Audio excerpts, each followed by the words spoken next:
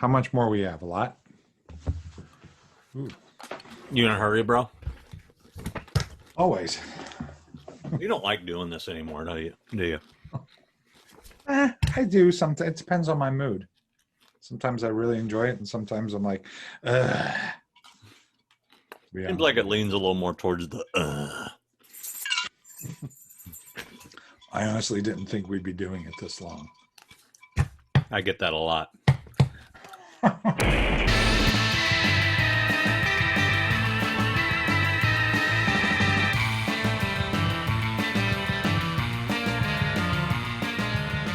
This is actually episode 20. Is it? Yeah, because if you count the live episode, this is episode 20. Live episode would be episode 19. Wow. 20. Wow. 20. Who would have thought we'd make it this long? I didn't. Hell no. I didn't. If you'd have said at the beginning you're going to be doing at least 20 episodes, I'd be like, fuck you. No. Yeah, people seem to really, really like the live episode. What we're going to try to do is we're going to try to do like one of those a month if we can. You know? Well, you know, we're not committing to that. But you know, maybe once a month we're going to try to drop in a live thing. Maybe it'll be every 2 months. Maybe it'll ended up being once a year. Who knows? It depends on how lazy we are. Yeah. And once a year sounds great. How active you guys are. Well, I got to tell you, what I really loved about the live episode is I didn't have to do any work. We did it and it was done. It was out there. Yeah, yeah. No editing. Yeah. That was a nice break for me. Yeah. Was that the episode? I haven't been really keeping up with all the comments and stuff because we usually cover it, you know, here and stuff. So I don't really read them that much. But was it that episode or was it the one where we had no guest recently, the last one, that there's somebody going, it's that Mekaleka High Mekahini Ho guy who there's a whole ridiculous, nonsensical, waxed intellectual rant. Oh yeah, no, it's in the thing. It's in the stuff we're going to cover today. Although I wasn't really going to read all that because there's too much of it. Oh hell no! I was going to comment, but I can't. And then there's a lot of bashing of the guy who said something about Trump supporters, and then people started bashing each other, and I didn't like that. It's not something that I want to have on our show or amongst our friends. I don't. That shit's horse shit. Fucking everybody grow up and calm the fuck down. And you know, just because, you know, enough with the, you know, I'm entitled to my opinion shit. That doesn't mean anybody wants to hear it. So just take it easy, you know, that kind of stuff. But I mean, there's a lot of weird shit going on the past couple episodes in the comments. Yeah, I mean, let's try to stay focused, kids. Let's stick to the stuff that's fun. I mean, politics isn't fun. I mean, it's not. No. It's ugly. It brings out the worst in people. And it sure does. And you know what? I appreciate that everybody is entitled to their own opinion, but you know what? Let's not muddy up the good thing we have here, which is hanging out, having fun. Let's keep it positive. Unless this isn't the forum. This isn't the forum for that. This is a forum for hanging out, like you said, staying positive, being friends, being pals, being part of a community that we all love and adore. So let's just stick to that. If we want to bash a movie, sure, we'll bash a movie. Speaking of that, I like that interesting story about, I would believe that the gentleman's name is Anthony Woodle, who passed away recently.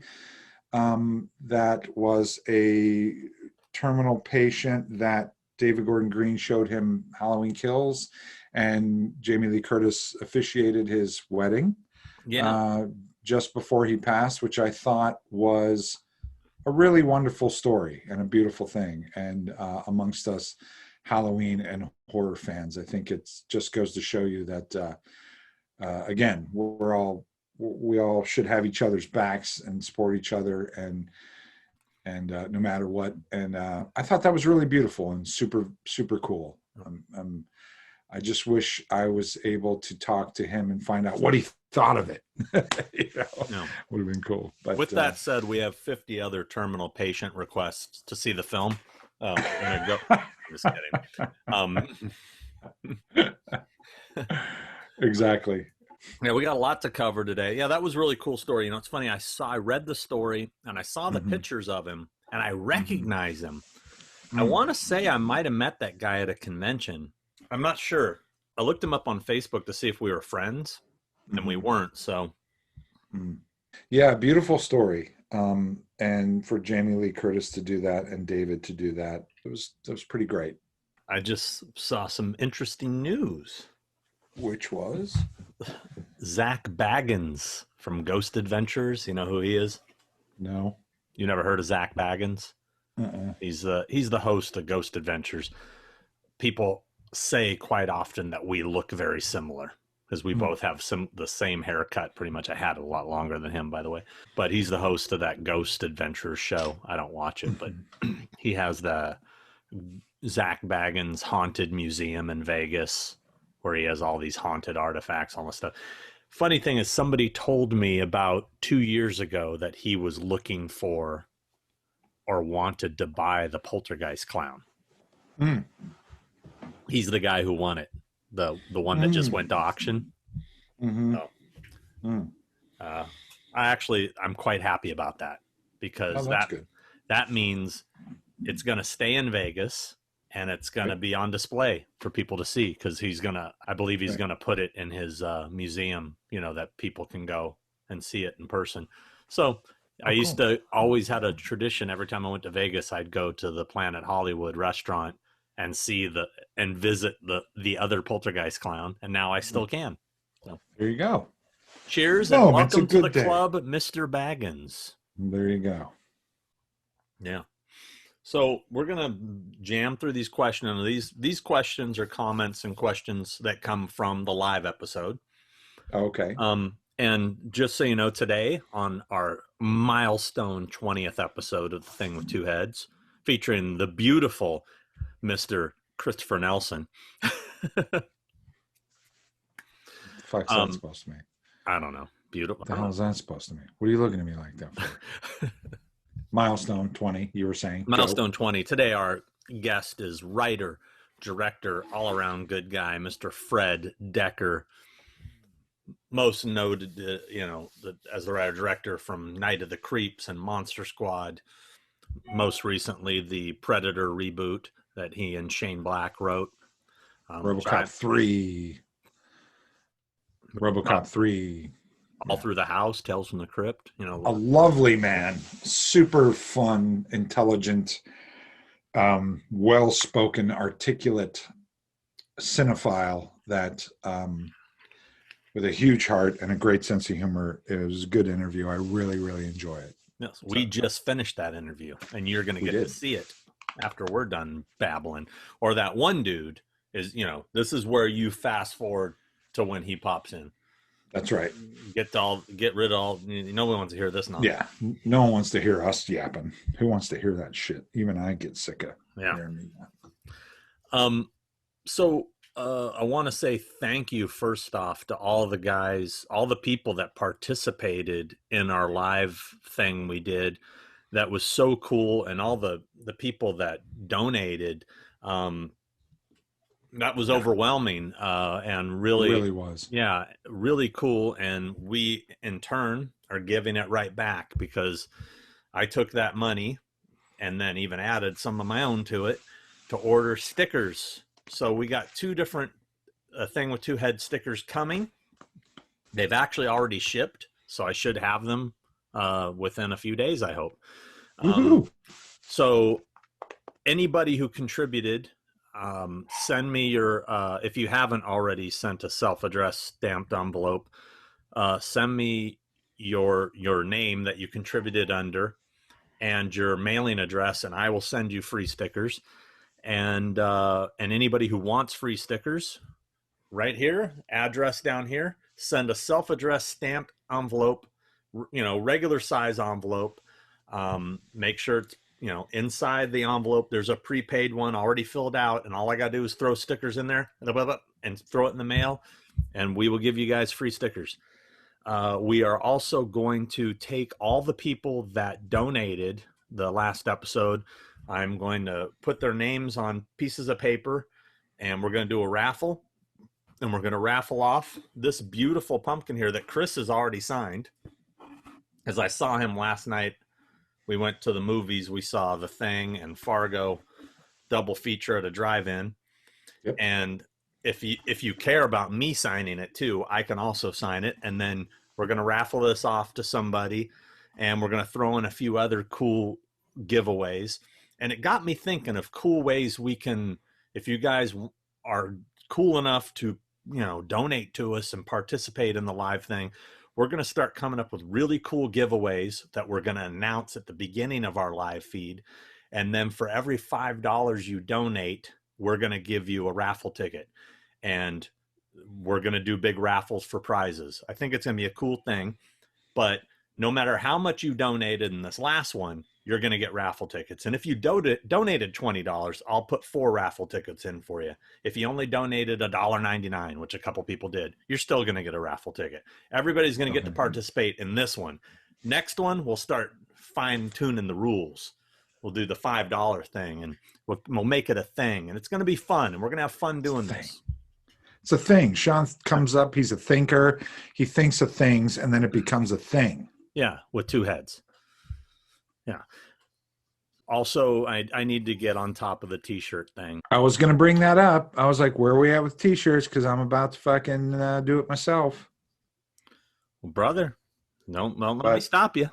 But, if what's the company you're saying might hook us up? I'm talking to Gutter Garbs. That'd be pretty sweet. Let's do it. What do you want on the front of that? What do you want? What are you feeling for the T-shirt art? Just my face on the front, Chris's face on the back. Right. That makes sense, because I like the back. Yeah, he does. He likes it in the back. That's for sure. It's a pretty sweet deal there. Ran the numbers. It's pretty sweet deal. It's a pretty sweet deal. These numbers are correct. Yeah. Grossman. Yeah.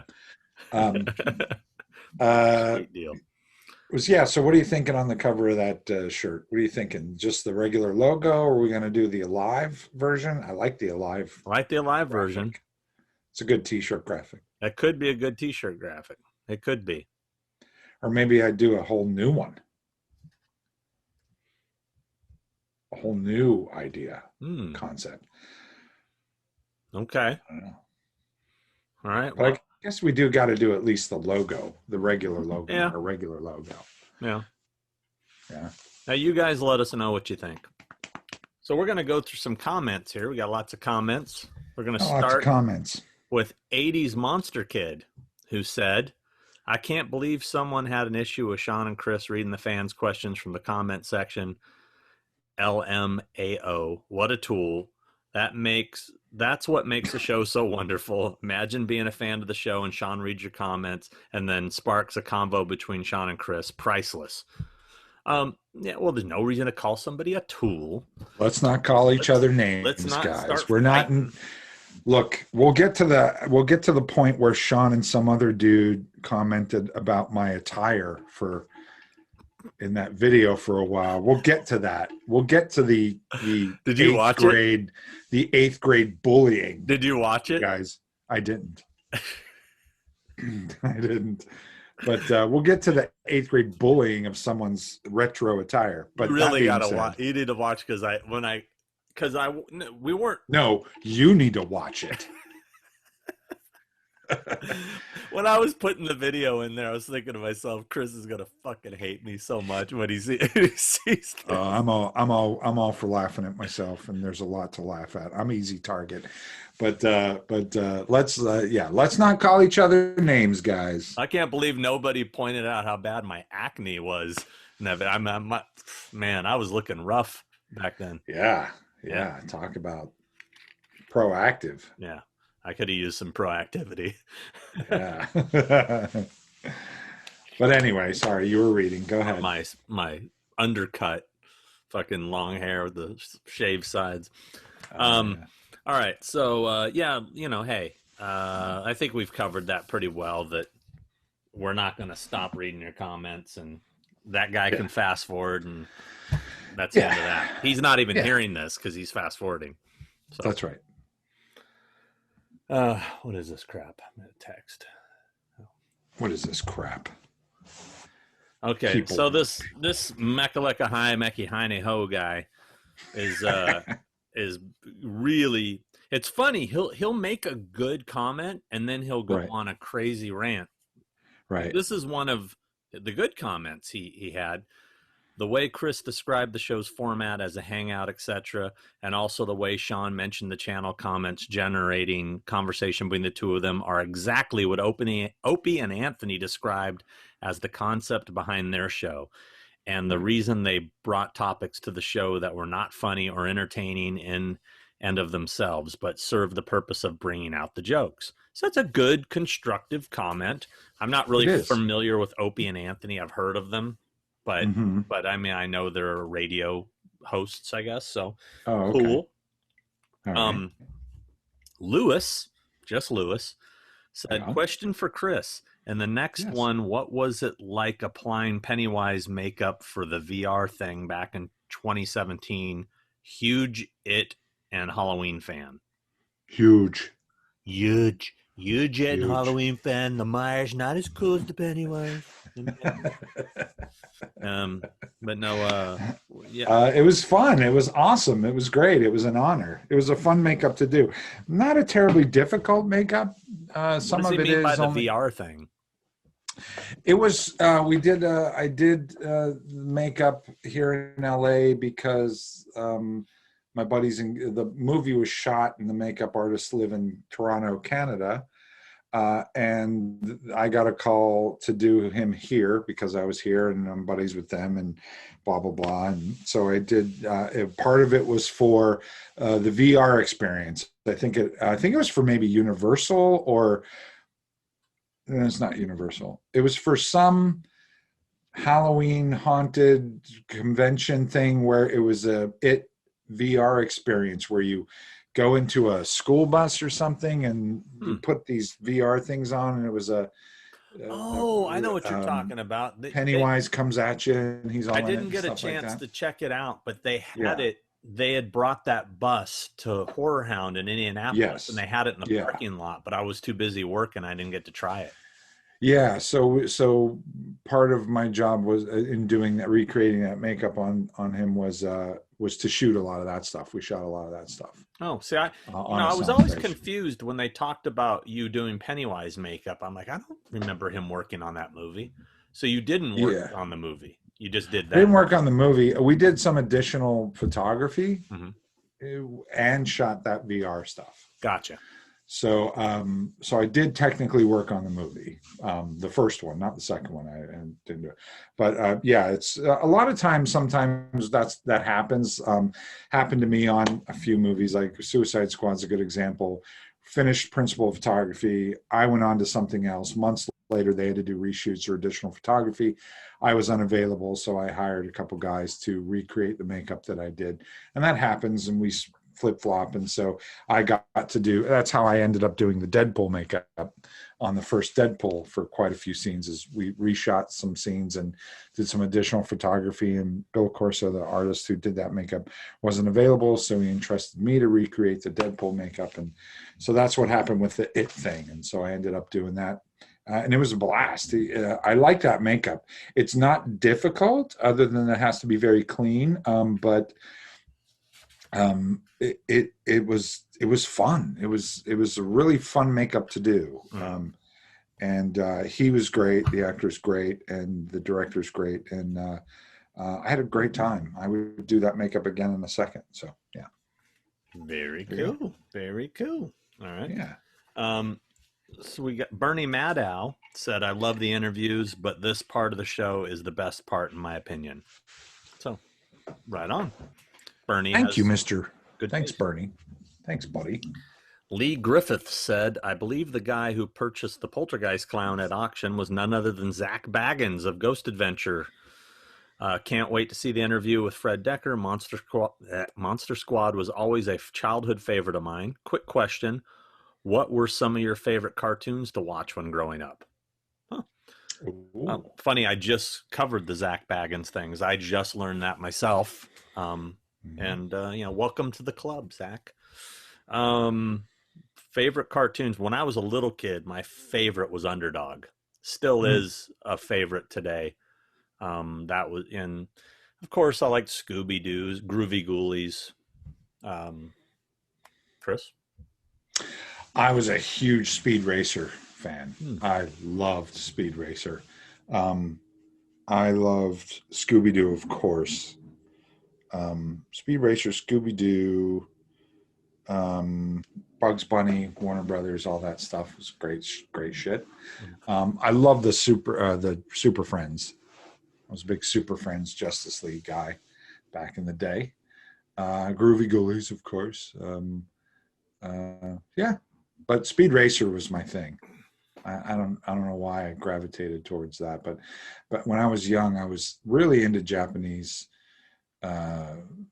superhero culture and cartoons and stuff. Kikaider, there was a character called Kikaider who was this guy who played guitar, and then he throws guitar over and turned into like what was almost not an. I was into Ultraman.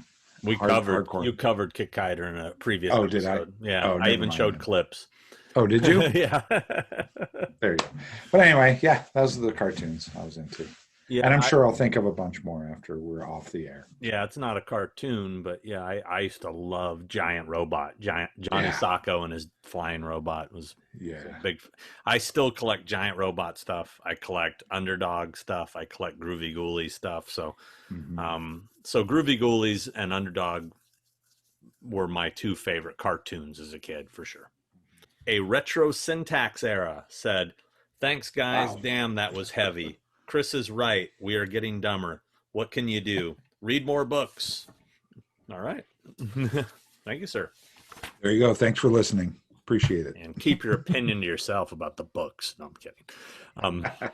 Undead89 said, "Can't wait for the Lost Boys Horrors Hallowed Grounds. And I'm definitely loving episodes with just the two of you. Guests aren't needed every episode, in my opinion. My favorite show on the tube. Any chance you gents could rank your favorite of the first three Romero zombie films, Night, Dawn, and Day?" Well, that's easy. I think we probably have the exact same ranking. I don't know. I know our firsts are I think our firsts are the same. Number one for me is Dawn. You? Interesting. Night is my first. Really? Yeah. Number two for me is Night. Then number two for me is Dawn. Okay. Oh, so you're just going in order. I went in order. That's boring. I have such a soft spot for Night of the Living Dead, the original. It's just so. But I love Dawn of the Dead. I mean, I love in all its forms and all its versions. I have that super great, that box, that super ultimate Dawn of the Dead with all these different versions, European version, the director's cut. I love it. I love Dawn of the Dead. Yeah. J-Bone Tackany. J-Bone Tackany. Let's just call him J-Bone. My man J-Bone said, "Anyone ever see Brotherhood of the Wolf?" Yeah. Yeah, it's good. I like Brotherhood. I think I saw it like way back when it came out, and I thought it was all right. It wasn't something I ever thought of revisiting. That's that Mark Dacascos, I think's his name. Dacascos? Yeah, whatever. Dacascos, yeah. I did a movie with him. Oh, yeah? Called Crying Free Man. Oh, yeah. Was that with Steve Wang? No, that was me. I did it on my own. Oh, you did it all yourself? I'm thinking Guyver with Steve Wang. You're thinking Guyver. Yeah. Poss Nicholson said, "Just want to say," or Pose. I think I got it right the first time, and he told me that I got it right, but I think he says it here in the thing. "Just want to say," Pose Nicholson said, "Just want to say it was definitely the Christopher who was knocking your banter and answering at the beginning of your shows I was referring to when I said take a Valium and have a lie down, and not the great Christopher Nelson. Just want to clear that up in case there was any confusion. By the way, Sean, you said my name right straight away, and then I fuck it up by saying it wrong now. It's pronounced pause. It's a silent S. To be honest, my real name's Paul. Haha. I just got called Pause as a young man, as a nickname with the S in it, and it's stuck ever since. Great show, by the way, and congrats on 10,000 subs. Thank you. Well, thank you. And I think I remember realizing on the show that he wasn't talking about me. He was talking about the other guy. And I didn't realize it until you pointed it out. I was like, man, he's being harsh to poor Chris. I know.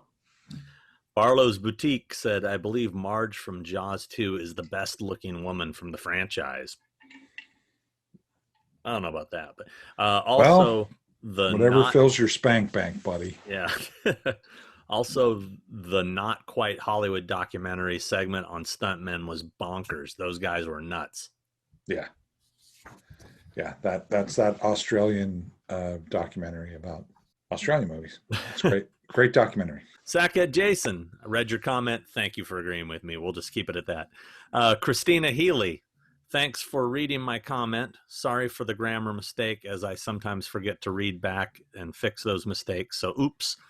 Thanks for calling me Christian instead of Christina in the beginning. Even though I felt a bit embarrassed about the grammar mistake, I had grown up with a sarcastic Irish family, so I have a good sense of humor, and my mother still nicknames me Chris for short to this day, and I'm used to it. Despite the embarrassment, which was probably deserved, you're kind of harping on this too long. It's not that big a deal. I loved this episode and would love to see the Chucky movies ranked, as it is my favorite horror franchise, even the ridiculous ones like See the Chucky, which I mostly love due to Brad Dourif's dialogue. All right. Well, don't be so hard on yourself with you're a little hard on yourself. You gotta take it easy. Take it easy. You'll be all right. Ghoulish Expeditions said, does the dude that made the Haunted Mansion sign have links? That thing is awesome. Oh.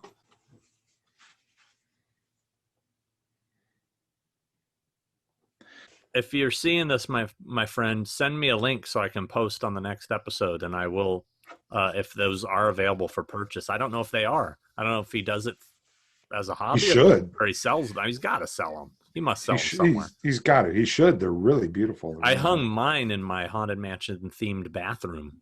Ooh. It fit perfect. Ooh. I was like, nice. Haunted Mansion themed bathroom. Yeah. That gives new meaning. Yeah. To the term hitchhiking ghost. Yeah. Welcome, foolish flushers. I don't know. Boom. Tony Floyd said, another killer episode. Much love and respect to you guys. Also, Sean, I asked this during the live episode, but a million questions overshadowed it. Well, you should have contributed, bro. We would have saw it. Oh, just saying. I asked this during the live episode, but a million questions overshadowed it. But have you ever got Kurt Russell to come to a convention, or will you once things get back to normal? P.S. Favorite drummer, Nick Mason. Nick Mason, good drummer, Pink Floyd.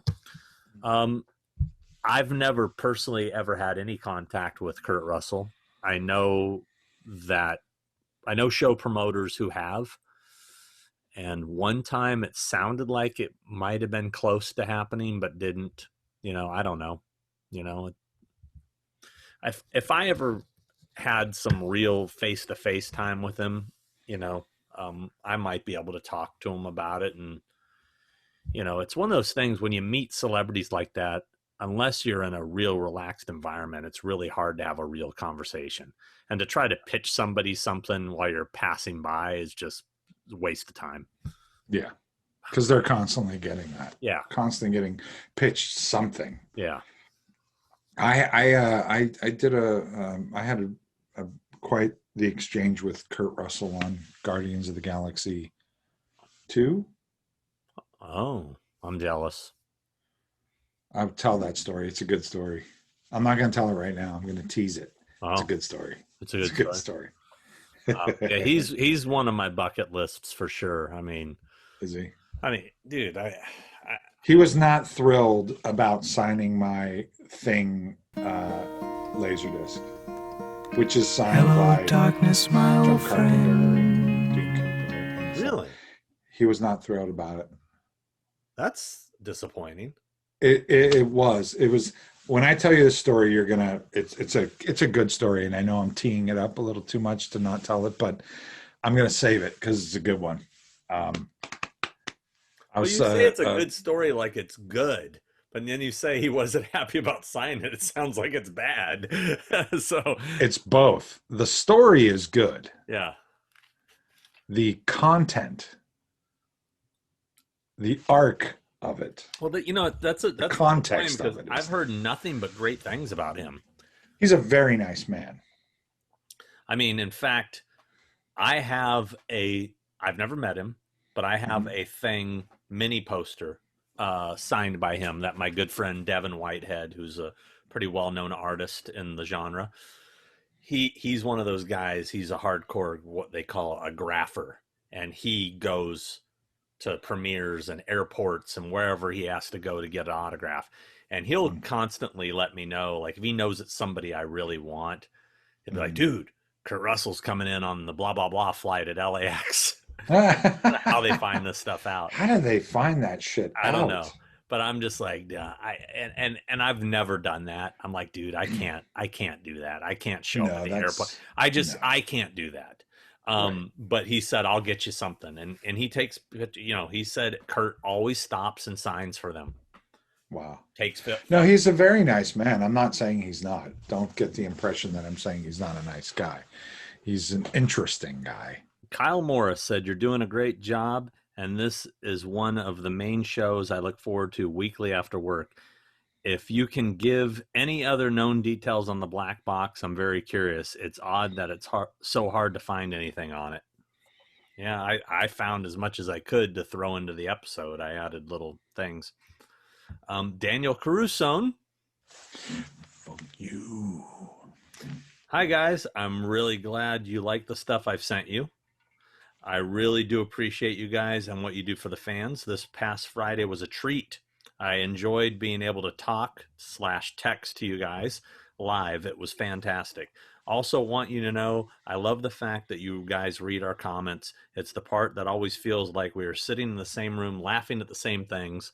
My wife always thinks I have people in the basement and I'm laughing with, and she gets a kick out of it. As always, thanks so much.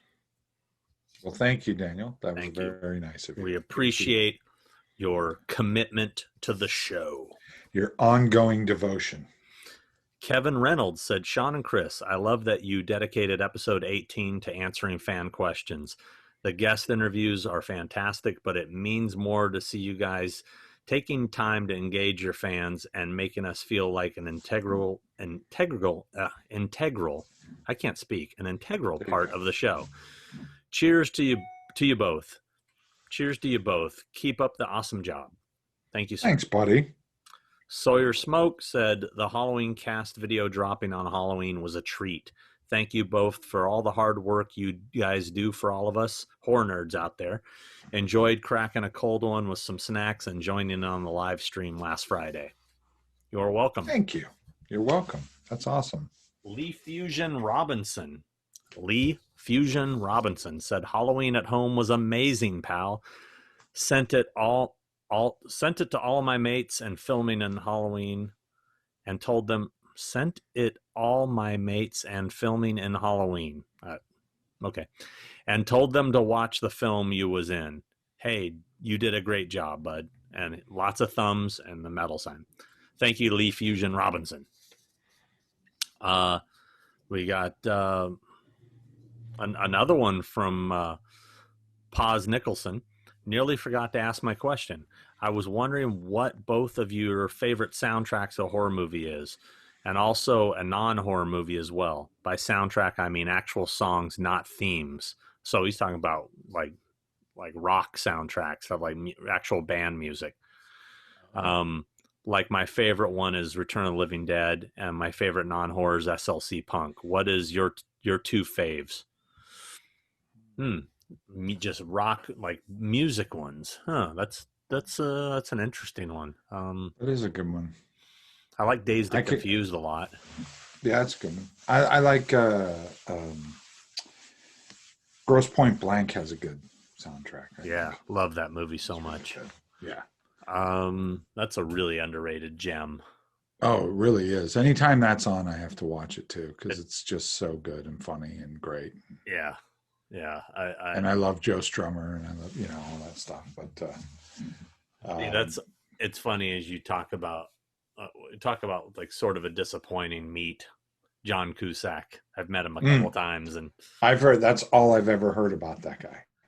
He doesn't really engage at all. He's very, I was very disappointed. I've met him several times. First time I met him was as a journalist. I interviewed him for 1408 on camera, one-on-one, and ended up kind of getting in an argument with him. Oh, wow. Over Stephen King films. It was. Oh, wow. Yeah. I made a comment that, I said something to the effect of, that it's a shame, that there aren't too many good adaptations of King films. There's a lot of bad ones. There's a lot more worse ones than there are good ones. And I disagree. And he starts like naming, obviously Carrie, Shiny, and I said, yeah, but for every one of those, there's a Carrie 2, The Rage, or the Tommy Knockers, or Maximum the Langoliers, or I mean, and he got bent out of shape. Like from that point on, we weren't friends. I was like, I disagreed with him. Right. But anyway, celebrities don't like that when you disagree with them. Yeah, don't do that. As far as other music soundtracks, God, that's kind of a tough one. It's not really something I think about. I love the Fast Time soundtrack. Yeah, Fast Times is great. But horror, rock and horror, I mean, the Texas Chainsaw Massacre 2 soundtrack is kind of a fun rock soundtrack. Ferris Bueller's got a good soundtrack. Oh, Fastway's Trick or Treat soundtrack is great. Ferris Bueller, yeah. Valley Girl, Zack. I know they never released an official complete. There's a really awesome like two record set bootleg that is really good. Has all the music from the film. That's a great one. That's a great Boogie Nights. Boogie Nights has a great soundtrack. There's more non-horror great soundtracks than there are horror. A lot of Quentin's are good too. His soundtracks are good too. Yeah. Ja Brown said, I love hearing you guys talk before the guests come on. I guess these people don't know how to fast forward on video. Love hearing about your life in the horror world. It's amazing. Well, thank you. Appreciate it. Yeah. Thanks, man. Special Ed. I know you like that name. Special Ed. I do. Gentlemen, another solid way to kill a couple hours. Thanks as always. Question for you both. With Thanksgiving being right around the corner, do you guys watch Blood Rage for the holiday, or are you fans in general? That isn't cranberry sauce. That's a quote from the movie, apparently. I've never seen Blood Rage. Have you? No, never have. Need to check that out. I'm assuming it's a Thanksgiving themed horror film. It's got to be. Yeah. Okay. I'm still hoping Eli makes his Thanksgiving film. That's the best part, I think, of that entire movie is the Thanksgiving trailer. Right. I just love it. Thanksgiving. Just that dark Thanksgiving. Dark meat, white meat, all will be carved. My buddy Kevin Wasner is in that trailer. He plays Isn't he the turkey? Yeah. He's the turkey. Yeah. Oh, that's awesome. I need to check that out. There were some trailers last night before our double feature. Yeah. I was like, I've never seen this movie. I haven't seen. Oh my God. What was the one, the 5, the Devil's 5? What was that one called? The Devil in 5, or the 5 for the Devil, or something like that. No, it was, oh my God, that one. I was like, I have to see that one. Yeah. I'm gonna look it up. It was a really great name, and it was like, and a cool logo too. A very cool logo. It was very similar to ours. Something Devil times 5. Devil times 5. That's it. We need to find that. I gotta see that because that looks just great. Oh, and there's some really bad ones in there. Have you ever seen Kathy's Curse? I haven't. I know about it, but I have the Blu-ray. Really? Is it bad? Yeah, it's. I'm sure the Devil times 5 is pretty bad too, but damn, that looks super fun. And what was the other one? They had The Brood, which I like The Brood. They had The Brood. They had Silent Night, Deadly Night. Oh, Silent Night, Deadly Night, which is great. I love that one. It's fun. And then they had like Hot Dog, and they had Hot Dog. There was and they had. They didn't. I was so disappointed. Ski School, wasn't it? Ski School or something. Hold on. They had Better Off Dead. Yeah, it wasn't Ski School because Ski School's the one with Dean Cameron. Oh, right. You're right. It was something else like Ski Patrol. Ski Patrol. Yeah, that's what it was. Yeah, but there was another horror one that. What was that horror one that was in the snow that was like snowboarders? I'd never even heard it. Like Shattered. Oh, you're right. Yeah, where it's like a haunted ski slope. It looked so bad. So bad. Was it called Shattered or something? Or it had a stupid name like that. And they showed Curtains. Yeah, which is another not so great horror film. Yeah. Anyway. Hold on, let me think. No. Or Devil times 5. Because there is no way to survive the Devil times 5. That looked fun. Yeah, I gotta see that. It was called Shredder. Shredder, that's it. Yeah. Shredder. Did not look that good. No. But there was some interesting trailers. They picked up. I'm surprised they didn't show a trailer for that one that. What was the one that the guy made about the whole thing takes place on a chairlift? Oh, Frozen. Frozen, that's it. Yeah. Yeah. Frozen would have been a good one. Obviously, Ski School would have been a good one. They could have done Dead Snow. Dead Snow, yeah. Since it was a snow-themed double feature. Yeah. I liked what they showed, though. Yeah, no, it was fun. Shredder. It was fun. Devil times 5. The Devil times 5 leaves nobody alive. Todd Jara said, I loved watching the episode, and when you played the clip of you and Chris at the convention together in the dealer's room. Here we go. I don't know what was funnier, your guys' hair or the Daisy Dukes Chris is wearing in the shot. Those aren't Daisy Dukes. Not harping on you, Chris. Not harping. Yeah, you are, buddy. You're out. That's it. I'm shutting this down. Not harping on you, Chris. Just thinking of the crazy stuff we used to wear back in the day that if we wore today, we'd probably get lynched. Cheers, guys. Oh, yeah, I don't know what was going up with those roll-up shorts you're wearing. The bottoms were rolled up. Yeah, I don't know. You were all denim. You had a denim jacket and denim. That was a Canadian tuxedo, baby. That's what that was. That was. Yeah, I know. Oh my God. And it's so funny because you look at camera for a second, like my buddy's walking through the convention, and you literally turn and go and look right at the camera and look right away. You do. I slow-mo'd it. What year was that? 93. Okay. Yeah, 93. Isn't that crazy to think that long ago you and I were just mingling around in the same room, had no idea who we were, Yeah, that is weird. Strange. Gary Sim said, love the show. I listened to the show while working from home. Keep up the good work from Scotland. Oh, I love my pals in Scotland. I love you guys. Thanks for watching, man. Really appreciate it. Around the Fur Breton said, congrats on the milestone, fellas. You guys deserve the YouTube streaming respect. Anyways, your videos keep my days brighter in these dark and dull times. Keep the great content coming. Glad you both had a fantastic Halloween. Have a great one. Until next time, meat sweats. Edit. Whoa, you never had a peanut butter and fluff? Dude, make a grilled peanut butter and fluff sandwich. You won't regret it. Wow. I don't think it being grilled is going to help, brother. I mean, I tried it. It was a bit much for me. Yeah. Appreciate your nice comment, though. Yes. Bubba says, awesome Halloween 3 shirt, Sean. Also, I think Michael Rooker would be a great guest. I bet the three of y'all would have some fantastic stories to tell. We'll take that into consideration.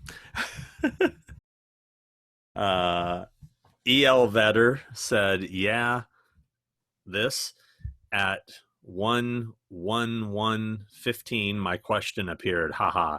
Yes, my name is E.L. Edgar Leonard Vedder. Bert for short, not directly related to Eddie Vedder. Thanks for clearing that up. 80s Monster Kid is back, and he said, I had an absolute blast on the last Friday's live. Thank you, sir. Thank you. Kevin Wrightson said, you have a blessed day too, Christopher. Oh, and that was the guy that didn't bless you. He blessed me and someone else, but not you. Devil times 5. The devil times 5. I know. Devils times 5. Devil times 5. EPG74 said, Jaws 2 Marge scene. I remember it from the first time the movie was on network TV. When I saw the movie again years later, it was missing. I thought there was a problem with the movie. Was happy to hear others recalled the scene. Oh, so maybe it's not folklore. Interesting. Blvd said, Sean, I was in the same exact position as you with The Great Pumpkin. Hadn't seen it in years, decided to show it to my girlfriend and found out it wasn't as good as I remembered. I still love it. Yeah. I don't care. I still love it. Boogeyman Ben. Boogeyman Ben. He's a boogeyman. Also, major congratulations on the 10K milestone. Thank you, sir. Thanks. Thank you. Sleep with the Light On said, were either of you fans of Joe Bob Briggs? Monster Vision was my introduction to horror. Watching it when I was way too young for it, thanks to my dad. Were you ever a Joe Bob Briggs fan? It's not that I wasn't a fan. I just never really got into it. I like the idea of it. Yeah. What the little I've seen of it. I mean, I of course know who he is and respect and. But I never really got hardcore into watching that. The few times I did, I enjoyed it. It was fine. But yeah, I don't know. Yeah, sure. Yeah, you know, it's weird. I also never really got into it. I like the guy. I think he's funny. Yeah. But I'm one of these guys that when I watch a horror film, I want to watch the unedited film. I don't want to watch it with breaks and somebody commenting on it. I get how that could be appealing to some people. I watched it back in the day. In fact, I even recorded a few episodes. I have a few of the originals on VHS. But as far as this new incarnation on Shudder, I tried watching it and I couldn't get into it. I think he's funny though. Like when I see interviews with him, I think he's funny and he knows his shit, but I can't totally get into it. I'm with you on that.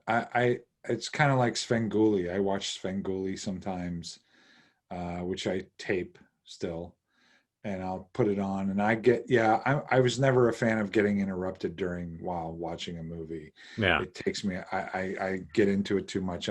I appreciate it, and some of it's funny. It's kind of like I was a fan of Mystery Science Theater. I couldn't get into that. I couldn't get into it. That it used to make me laugh so hard, but I didn't like it when they cut away to the skits. I just like to watch them make fun of the movie, because I like to do that sometimes, is make fun and have a running commentary. So, I got nothing against the guy. He knows what he's doing, and Jordan Moran said, "Congrats on 10K subs, guys. Well deserved." Chris, was the Aussie outlaw movie The Proposition with Guy Pearce and Ray Winestone, written by Nick Cave and I believe scored by him too? That is a great movie. I think he's asking, is that the movie you were trying to think of? It was one of them. It was one of them. It's a great movie. If you haven't seen it, see it. It's great. Did you ever figure out what that movie was? I didn't. I have to figure it out. I forgot about it.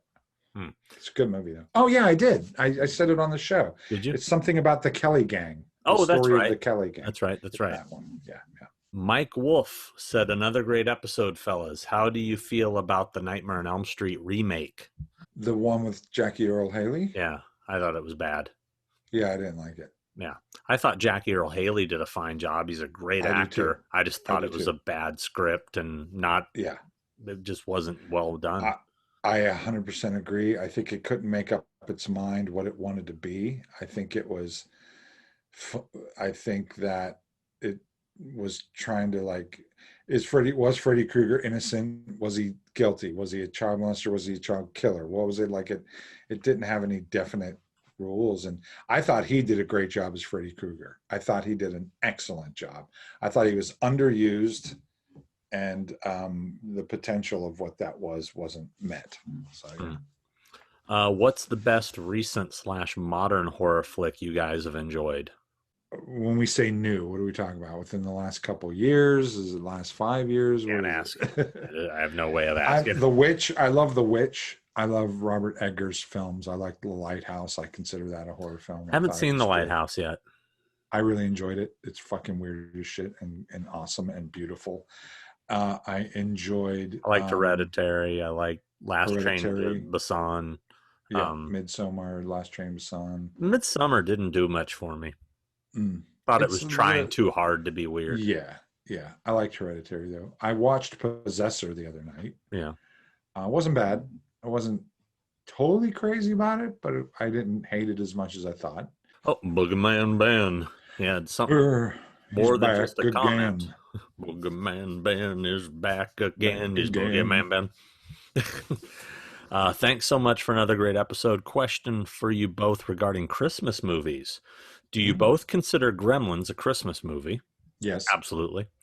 Yes. I always have and really feel like it was a big influence on Mike Doherty's Krampus, another favorite of mine during the holidays. I also watch Ghostbusters 2 at Christmas because it's set during the holiday season. What was I just watching? I just watched something that I was like, oh, this is I think I even brought it up that, oh, this is a Christmas movie because it's set in Christmas. But not Die Hard. No, I know we talked about that, but there was something I literally just watched and I go, oh, Jaws, The Revenge, Christmas movie. Oh. It is a Christmas movie. XX Zack XX Brudner said, congrats on the 10K. Thank you. Tommy Wittig said, hey guys, another great show. While I enjoy your guests very much, I really enjoy just hanging out with the two of you as you read questions and interact. It feels like I'm hanging out with two lifelong friends. Let's not get crazy there, Tommy. Thanks much. It's a hug, buddy. Come here. Give me a hug, buddy. Back off, buddy. Back off. He wants the hug. I want you to back away. Now a question for you two horror aficionados. Do you remember a slasher from 1983/84 titled Curtains? That's funny because we were just talking about. For what it's worth, everyone I have asked this to simply doesn't remember it. I too just turned 50, so it's really a blast riding the nostalgia train with you guys. Take care and keep these casts coming. Yes, I mean I know Curtains quite well. They actually showed that trailer before our double feature last night, and it's not a great movie. It's got creepy moments. That weird old woman mask, on the ice with the fucking sickle thing it's a good scene, but it's not a great movie. But it's got some creepy imagery. Your thoughts on Curtains, Chris? I don't have many thoughts on it. I think I saw it once quite some time ago and was like, meh. We saw the trailer last night. That's so funny that just came up. Yeah. I think we were watching the trailer and Stephanie, they kept saying the word curtains throughout the trailer. Yeah. And Stephanie goes, and then it said curtains. And she goes, oh my God, that's the name of the movie. Like, yeah, it's like French Doors. Yeah, it was like so bad. Anyway, when you walk through French doors, there can be scary things on the other side of French doors. French doors, ooh la la, you're dead. Prince Wish said, I'm from New England as well, and yes, Fluff was an absolute staple, and so was going to Salem on Halloween. Great show as always. Thank you. Thank you. Steve Binger, the Bingster. The Bingster's back. Said, congrats on 10K subs. You guys deserve 1 million more. Much love. Stay safe. Something I got to tell you about this. Since we hit the 10K, it just kind of petered. Yeah. It's petered. I figured we'd hit 11. Like, it's like a slow. No. I don't know what we're doing wrong because our numbers are down. We've plateaued. Yeah. I think maybe we need to change it up, do something more exciting. Maybe we need to switch up the content. Maybe we got to do skits and funny business or I don't know. What do you guys want to tell? You want to get more in depth about? Pies what in we the could face. start doing with pies in the face. We could start doing reviews of new horror movies that come out. You want us to watch fucking Freaky and talk about that? We'll do that. What do you want? Because I won't. No, actually, I don't want to do that. Tommy Middlin said, "I'm just here to ask Chris to please do the face from Santa Claus is Coming to Town." I LOL'd at that for real. So good. Random question for you both. Favorite John Hughes movie?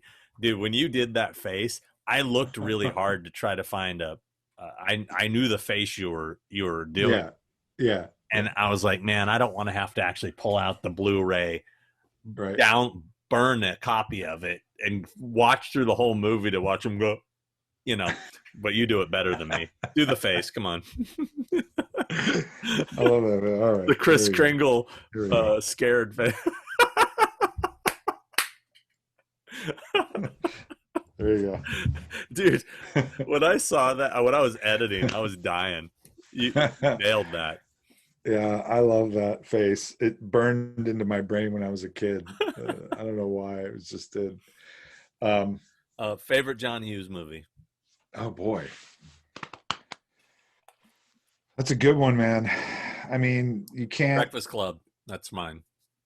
Is it really? Breakfast Club. I'm going to say it's a toss-up between Planes, Trains, and Automobiles or 16 Candles.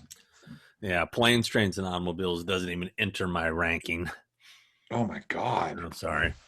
I like the teen ones. I like Pretty in Pink. I like Some Kind of Wonderful, 16 Candles, Weird Science, and Breakfast. Uncle Buck. Uncle Buck is a big one for me, too. Oof. Come on, man.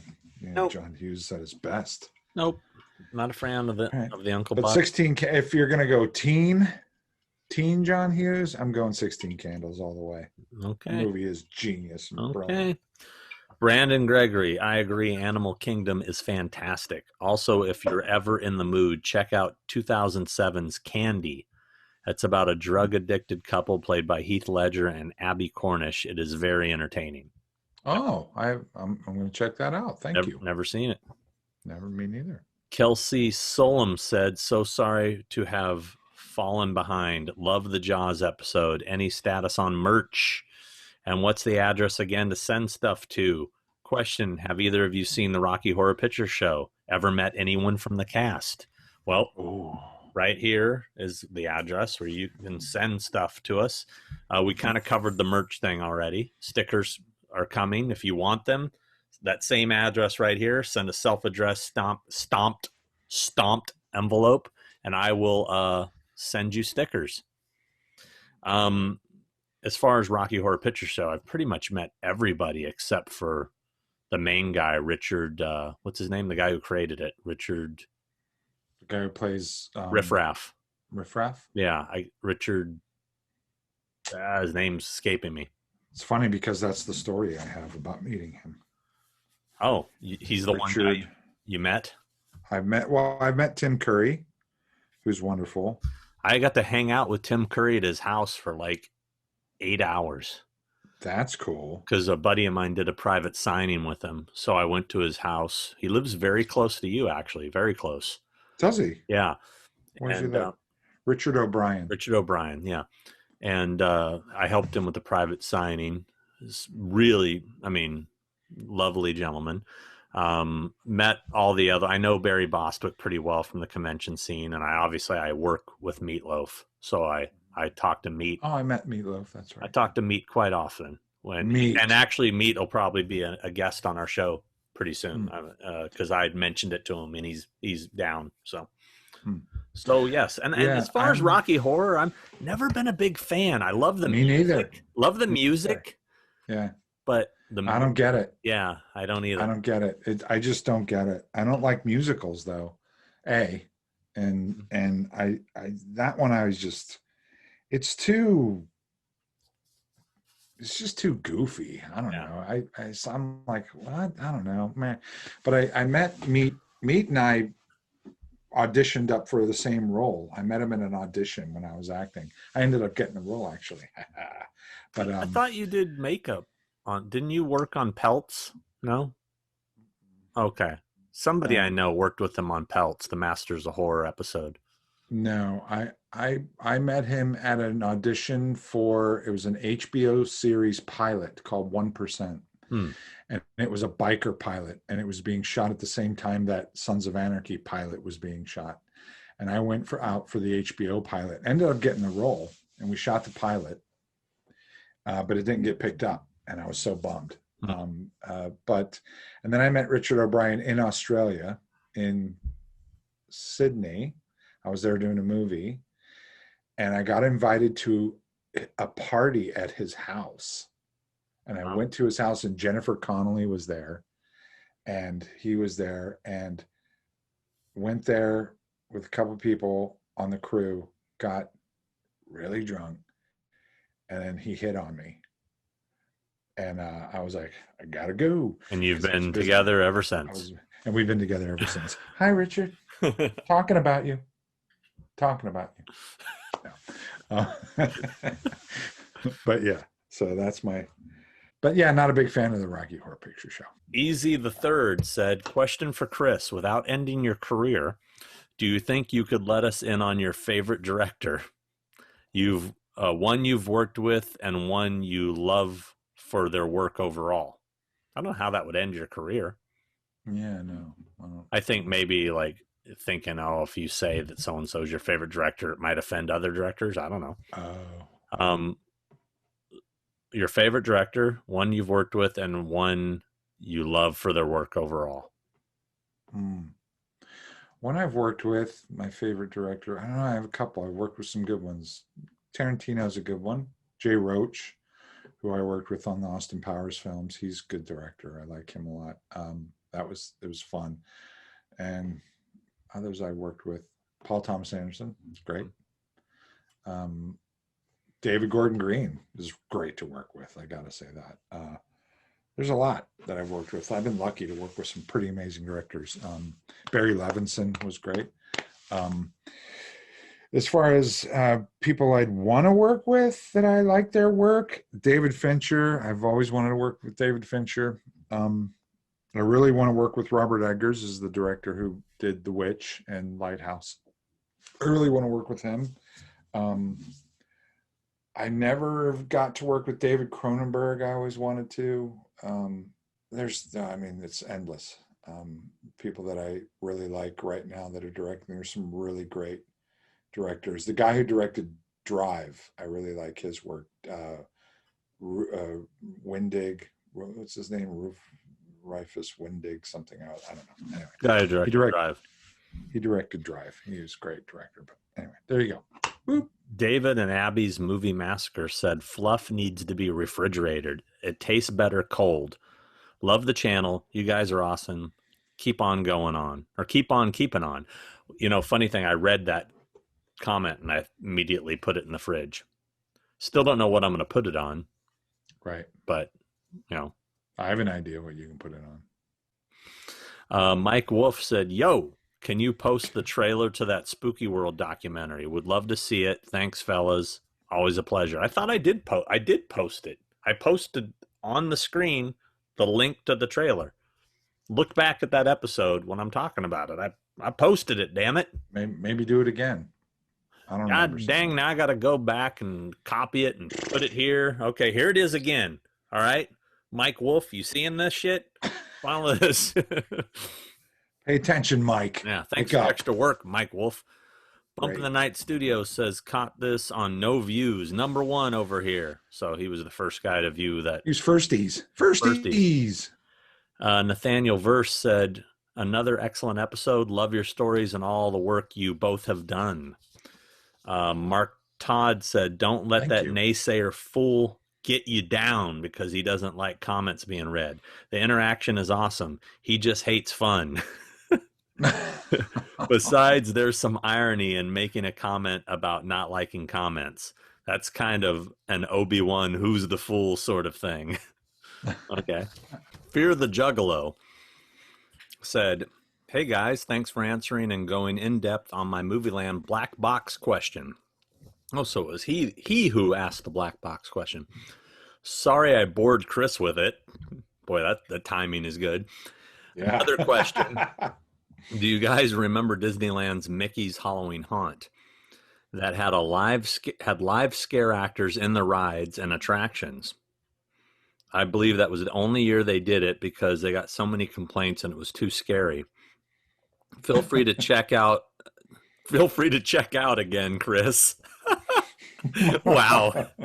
He's ripping you one. Wow, he is. He's handing me my hat.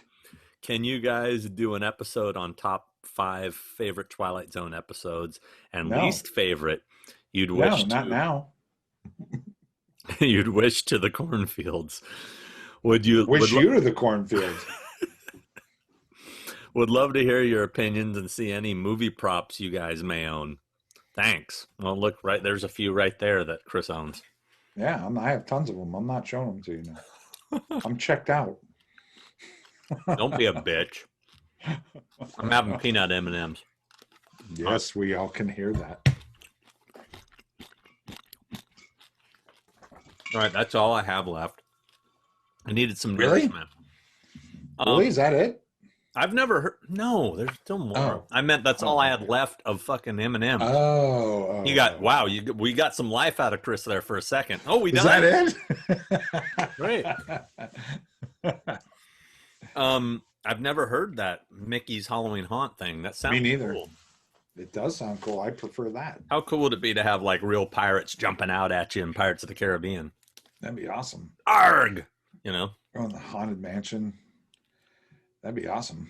I do like the Nightmare Before Christmas stuff at the Haunted Mansion and stuff. I know a lot of people bag on that, but I really enjoy it. I love it. Haunted Mansion Holiday. Yeah, it's great. I'm a big fan. And you know, it's cool. You know, they only do it a few months a year. So, Lee Bowers congratulating us on 10K. Thank you, Lee.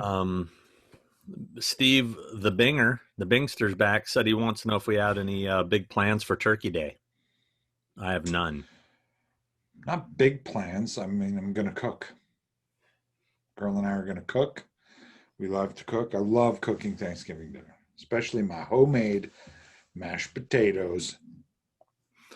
Jacob Bassett said, Sean, what are your favorite things to get/look at Frankensons? Also, have you been to the new location in the City of Industry? I was pleasantly surprised when you pointed out that the phone booth scene in Halloween 78 was filmed there. Also, Chris, if you get a chance, you should go. Personally, I think it's great. Congratulations on 10K. And we should go. It's fun. It's cool. What is it? It's that place I told you about that's like it's almost like a convention. It's all vendors in one big warehouse, and it's only open on Wednesdays and Saturdays.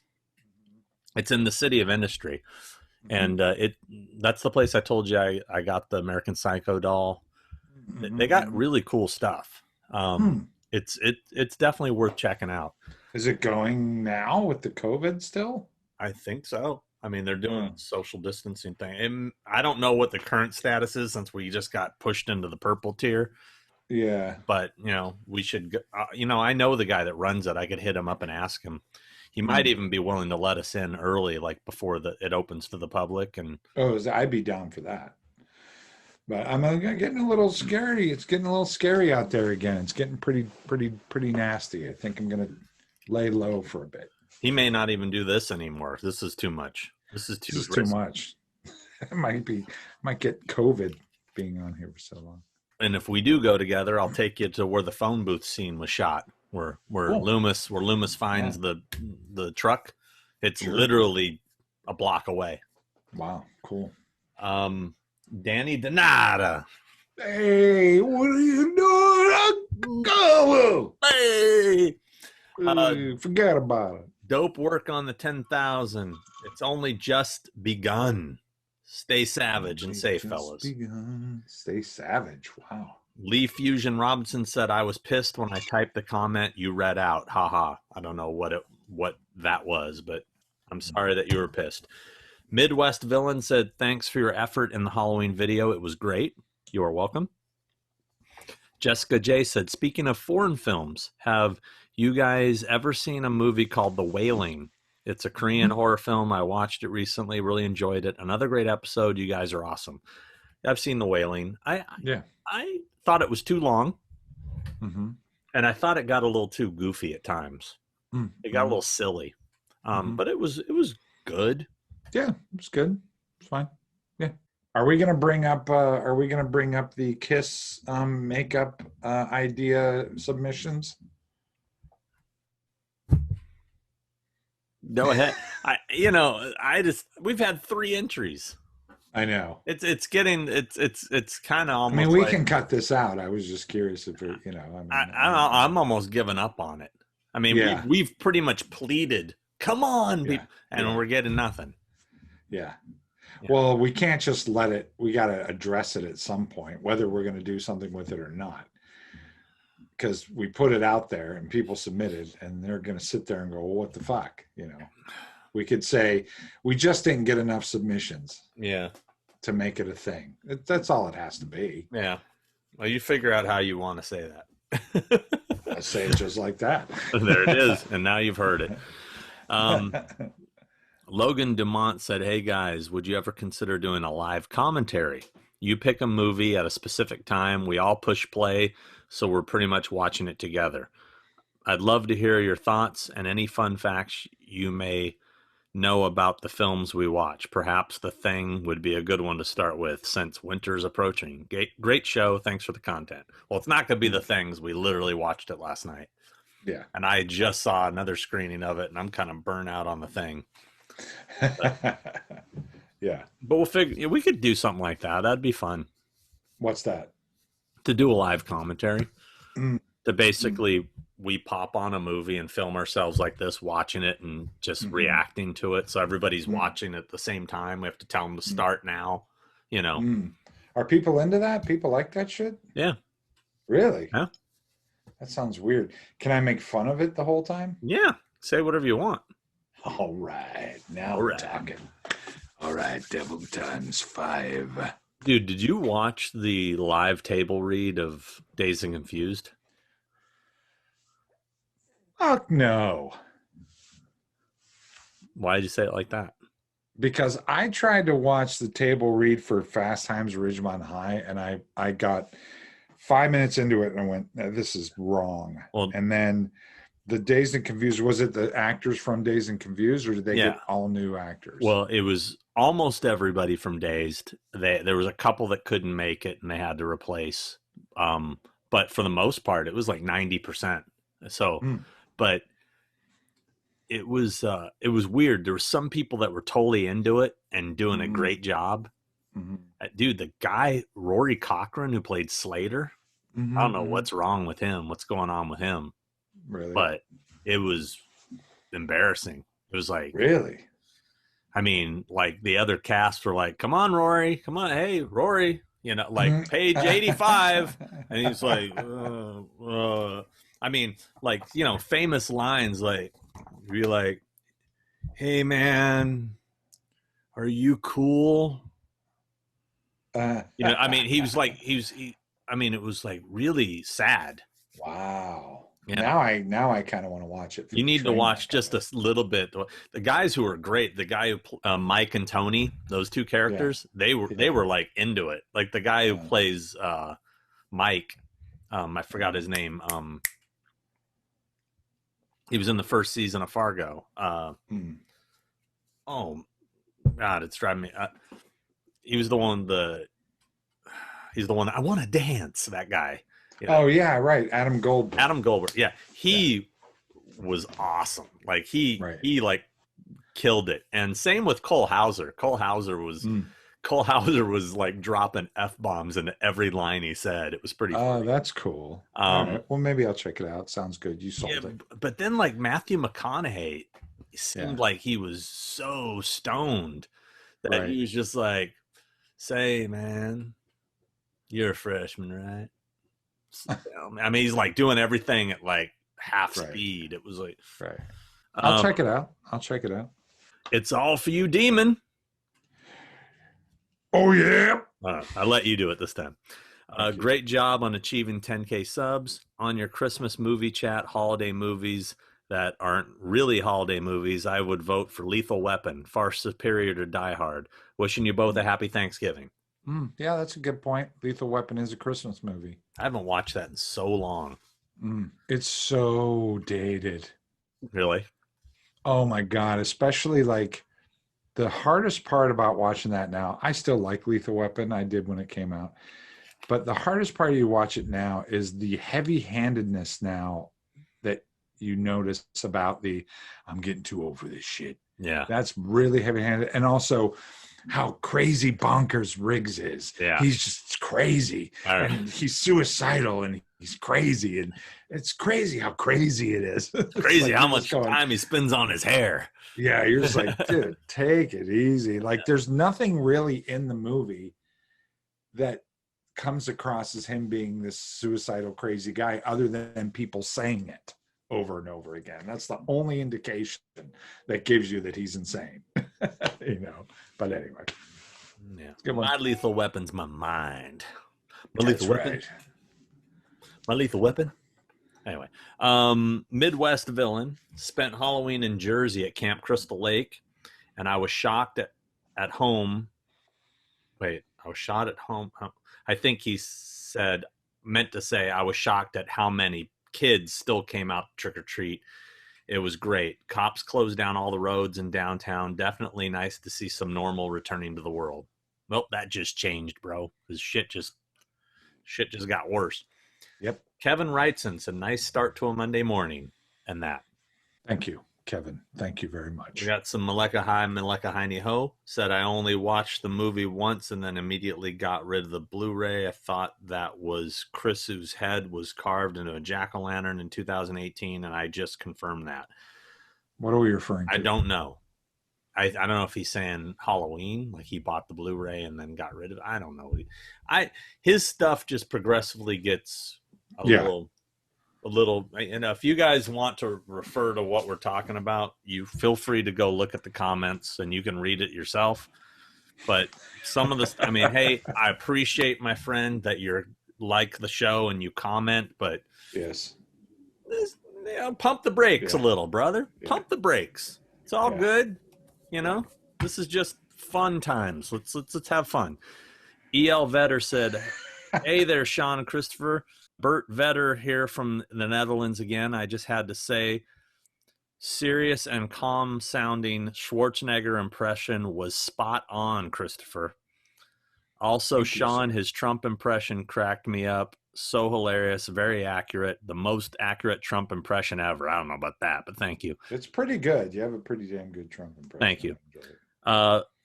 Question, which movie as a kid scared and scarred you? Mine was Return of the Living Dead. I was about 8 years old when Tarman screamed brains.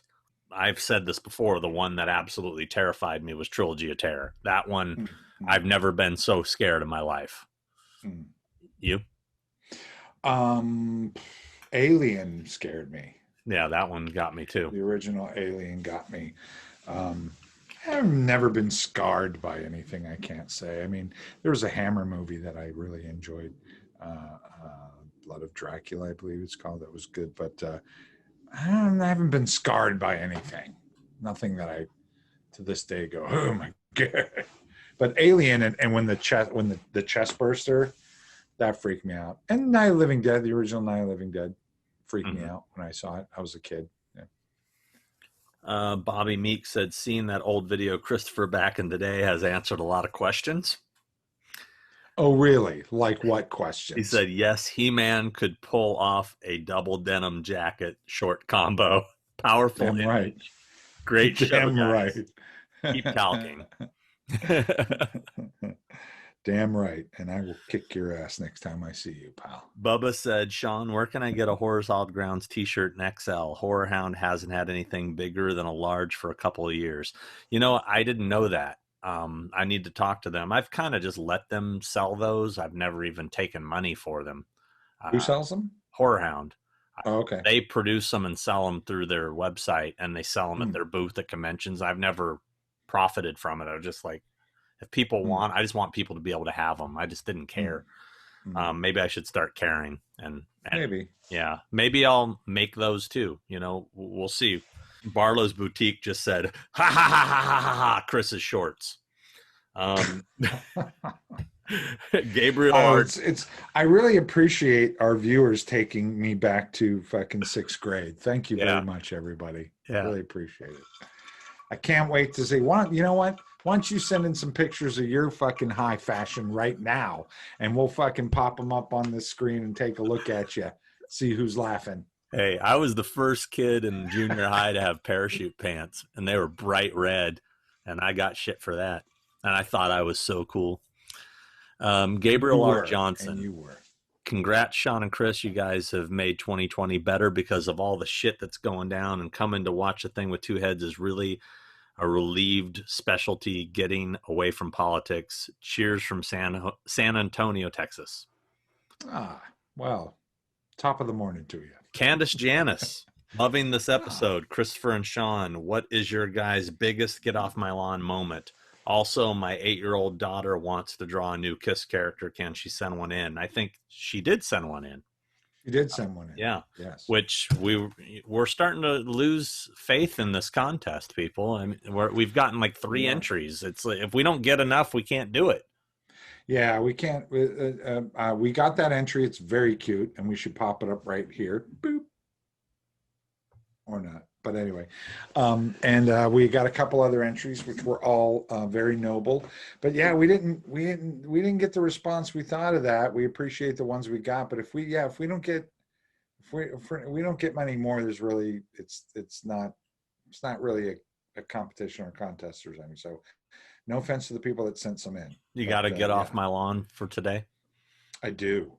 What is the deal with you people and your really loud motorcycles and your really loud cars with no mufflers or whatever the fuck you're doing to it, that you have to deafen the entire population and stand out? What is it? Is that you have to stand out? Is it that people have to, you're going, look at me?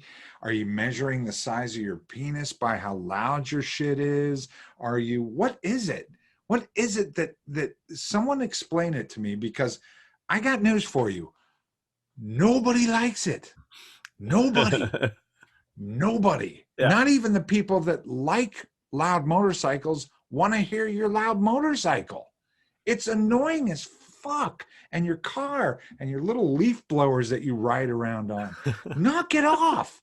No one likes it but you. No one thinks it's cool but you. Nobody. When those cars drive by and they're with their stupid mufflers, that sounds so awesome. Said nobody. Said nobody. Yeah. Your motorcycle really loud, scaring the Christ out of children and people everywhere and stuff. What are you riding your dick and you're just going, look at my dick? Like, what is it?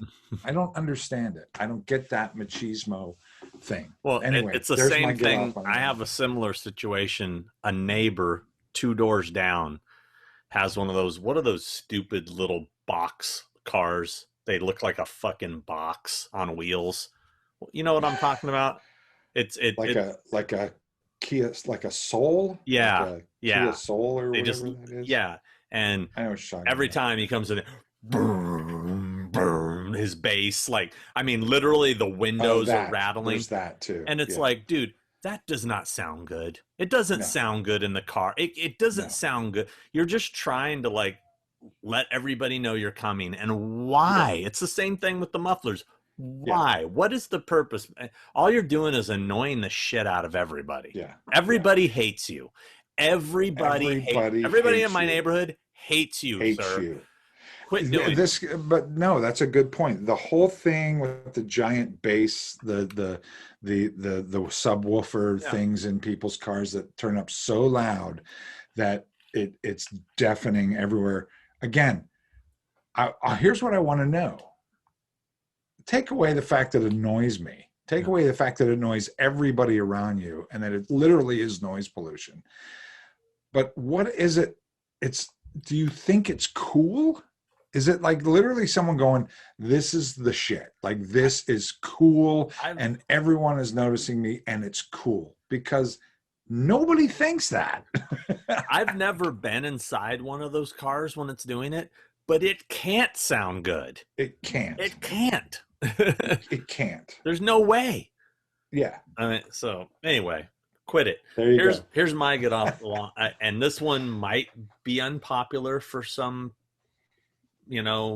certain people might, but I'm sorry. I effing hate paper straws. I'm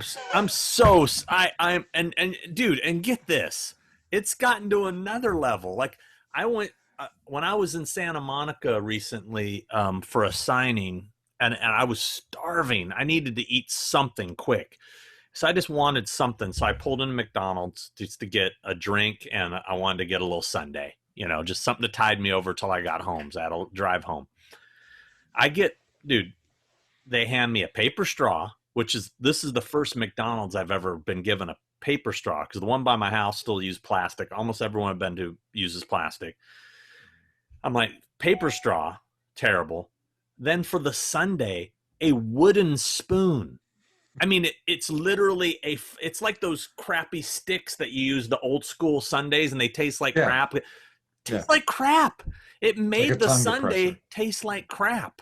Yeah. I'm sorry. I know we have this whatever, I'm sorry for the turtles that got fucking straws stuck in their nose, but I ain't throwing them in the ocean. All right. I'm not the guy throwing them in the ocean. So I want my straws. I hate, dude.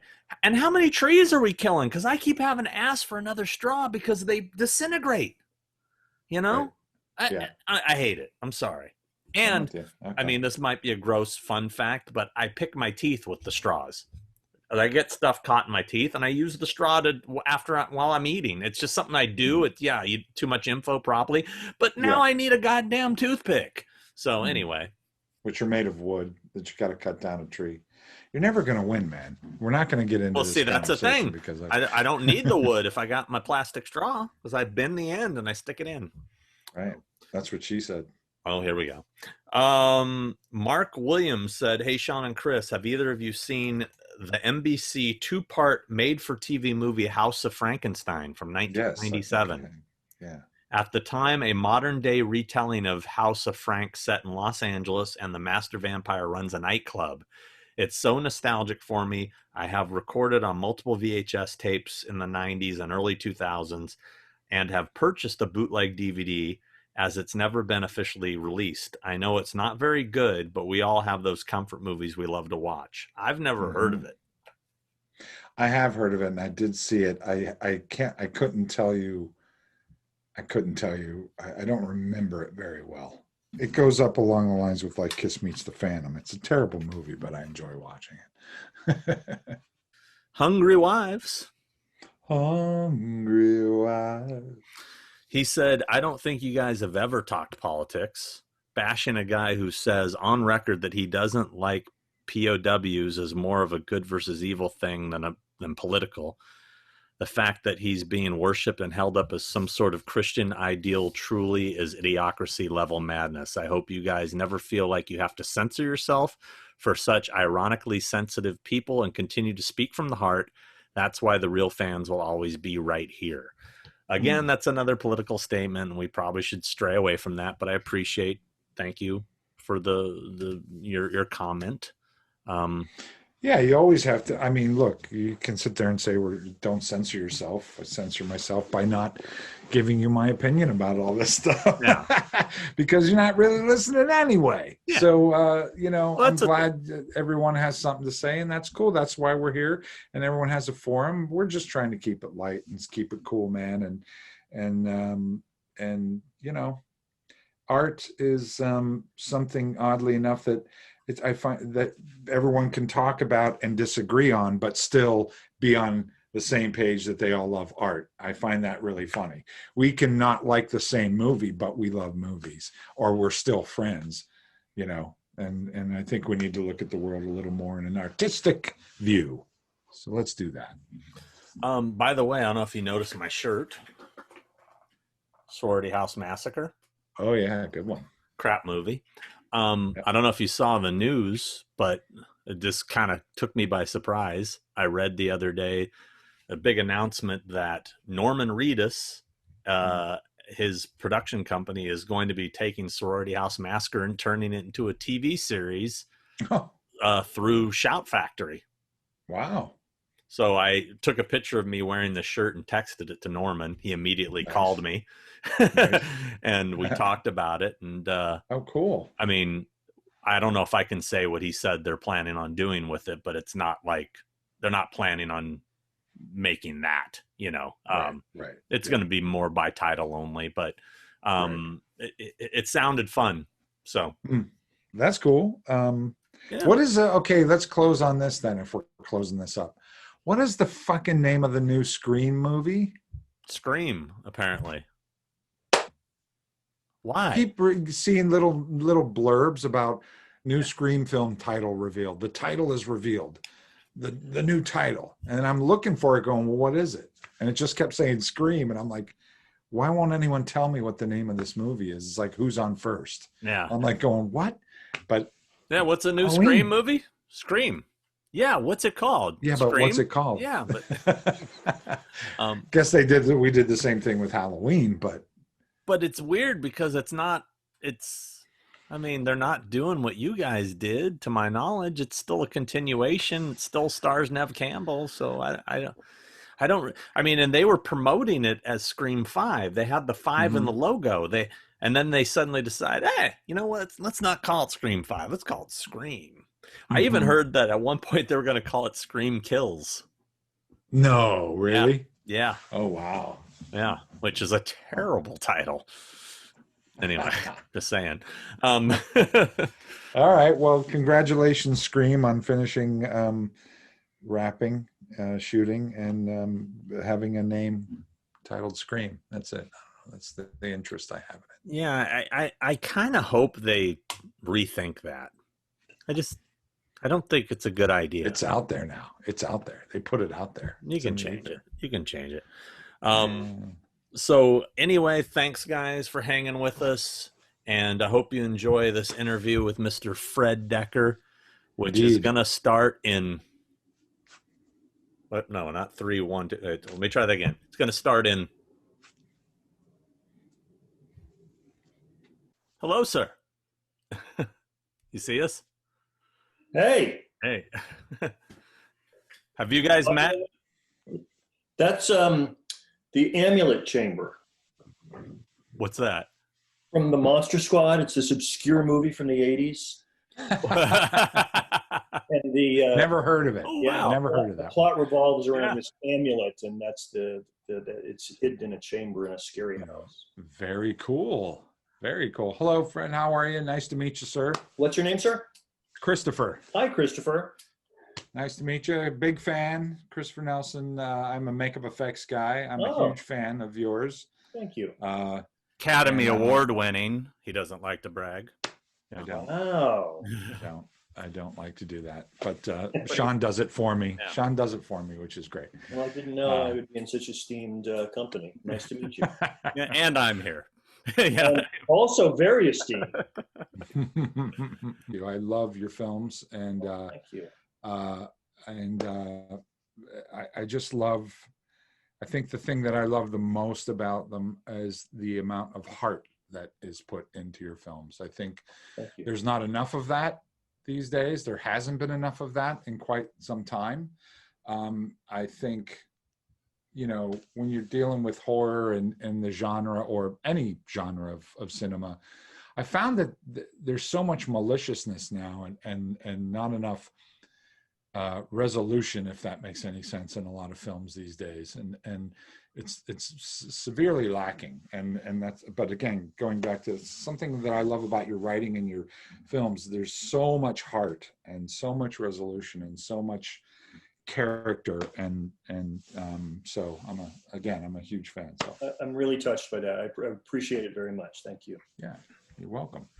So what have you been up to? That's we like to, especially in these weird times, like to find out what people have been doing with themselves during this crazy pandemic. Well, it actually turned out to be fairly fortuitous for me because everything sort of shuts down, and we're we're quarantined at home, and I think for a lot of people that can drive them stir crazy because their life is all wrapped up in going out and being among people. And I love my friends and I love going out and all that, but there's something therapeutic about, just for me, it's been, I haven't gone batty more than I already am. And I've started to sort of think, well, what do I want to do and what's next? And so I wrote a script over this pandemic, and it's a little bit what Christopher said. I mean, I'm funneling personal stuff into it. It's actually the first time where I've sort of led with my, if not with my heart, with my sensibilities and my own experience.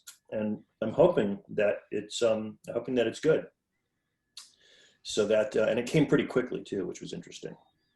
Is it a genre thing, or? It is, yes. Oh, nice. Those are usually a lot of times the best things, the things that come quickly. I found. Yeah, I mean, I agree. I agree, because I have a really bad habit of sort of over tinkering and overthinking things, and you get to the end of you get to the finish line, and you sort of look back at it, and it's too sculpted, it's too mannered, and the truth is that, I mean, put yourself in the audience's seat. You know, they want to be thrilled and dazzled and surprised, and those are very immediate emotions. So sometimes as a writer, your best approach is to look at it the same way, and like, what's kind of the first thing that comes to mind, and what hits me deep, and to not inhibit yourself, not put any filters on. And not all of that will end up on the screen, but I think it's a great way to start, is just throw everything onto the canvas and see what you have. Mm-hmm. Yeah, I think that it's funny. People often ask about, just in my line of work and stuff, and especially Halloween, because that comes up a lot on our show, the Halloween franchise and stuff. Yeah, he did, just so you know, he did all the makeup effects for the latest Halloween films, including the mask, and as you can see behind him. Yeah. Great. But people are always asking, you know, did you feel pressure? How did you approach it? You know, such an iconic legacy, blah, blah, blah, all that kind of horseshit. But, and I always, and it's always when I'm having meetings about a project or possible project or something, especially that one, is I always approach it like a fan. I always approach it as if I'm a fan going to see the movie. And what do I want to see? What's going to satisfy me? What's going to make me feel something? What's going to give me some emotion? What's going to lend itself to the context of the story that someone's telling, you know, all that stuff. And I think you have to approach it like that. What do you want to see? You know, it's got to be very personal, I'm sure. Well, and as you can tell from the films that I have made, I mean, all of them are very much kind of tipping their hat to the stuff that I grew up with. And it's you know, because there's been this sort of long lag time in my work, and the thing that I just wrote, I'm going to direct, and it'll be the first thing I've directed in quite some time. You know, I've grown up during that period. I mean, I got lucky pretty young. You know, I made Night of the Creeps when I was, you know, 26, 27 years old. So in the interim, I could look at my career and say, oh, you know, I'm really sad that all those years are gone, and think of all the movies I could have made. But what I've really learned is that time is your friend if you are serious about what you do, if you're thoughtful about what you do, and if you want to get better. There's a lot of people that think they're the bee's knees from Jump Street, and I'm always in awe of my heroes. I look at the films that I love and the directors that have influenced me, and I go, God, if only I could get there. And that ruminating, I think, really, really helps. And so now I'm finally in a place where, okay, what's a movie that I could make that nobody else but me would make? And the more quirky and individual and odd that it is, probably the better it is, because it's unlike anybody else's movie. Don't you think a lot of movies now are really kind of boilerplate? I mean, some of the stuff in them can be nuanced and interesting, but by and large, it's sort of like, I get the sense the business doesn't want to put money into anything that isn't a sure bet. And to me, that's just so boring. I just read today they're doing a new Predator, and I'm like, just let it die. If you love the McTiernan movie, and it's a terrific movie, and if you like some of the sequels, that's great. You have them on, you can stream them, or you have them on Blu-ray or whatever. But do we need another one? I didn't think we needed the one we made. Right. But I had a great time making it, and I enjoyed the experience. And there's a lot of stuff in that movie I'm proud of. But does the world need another one?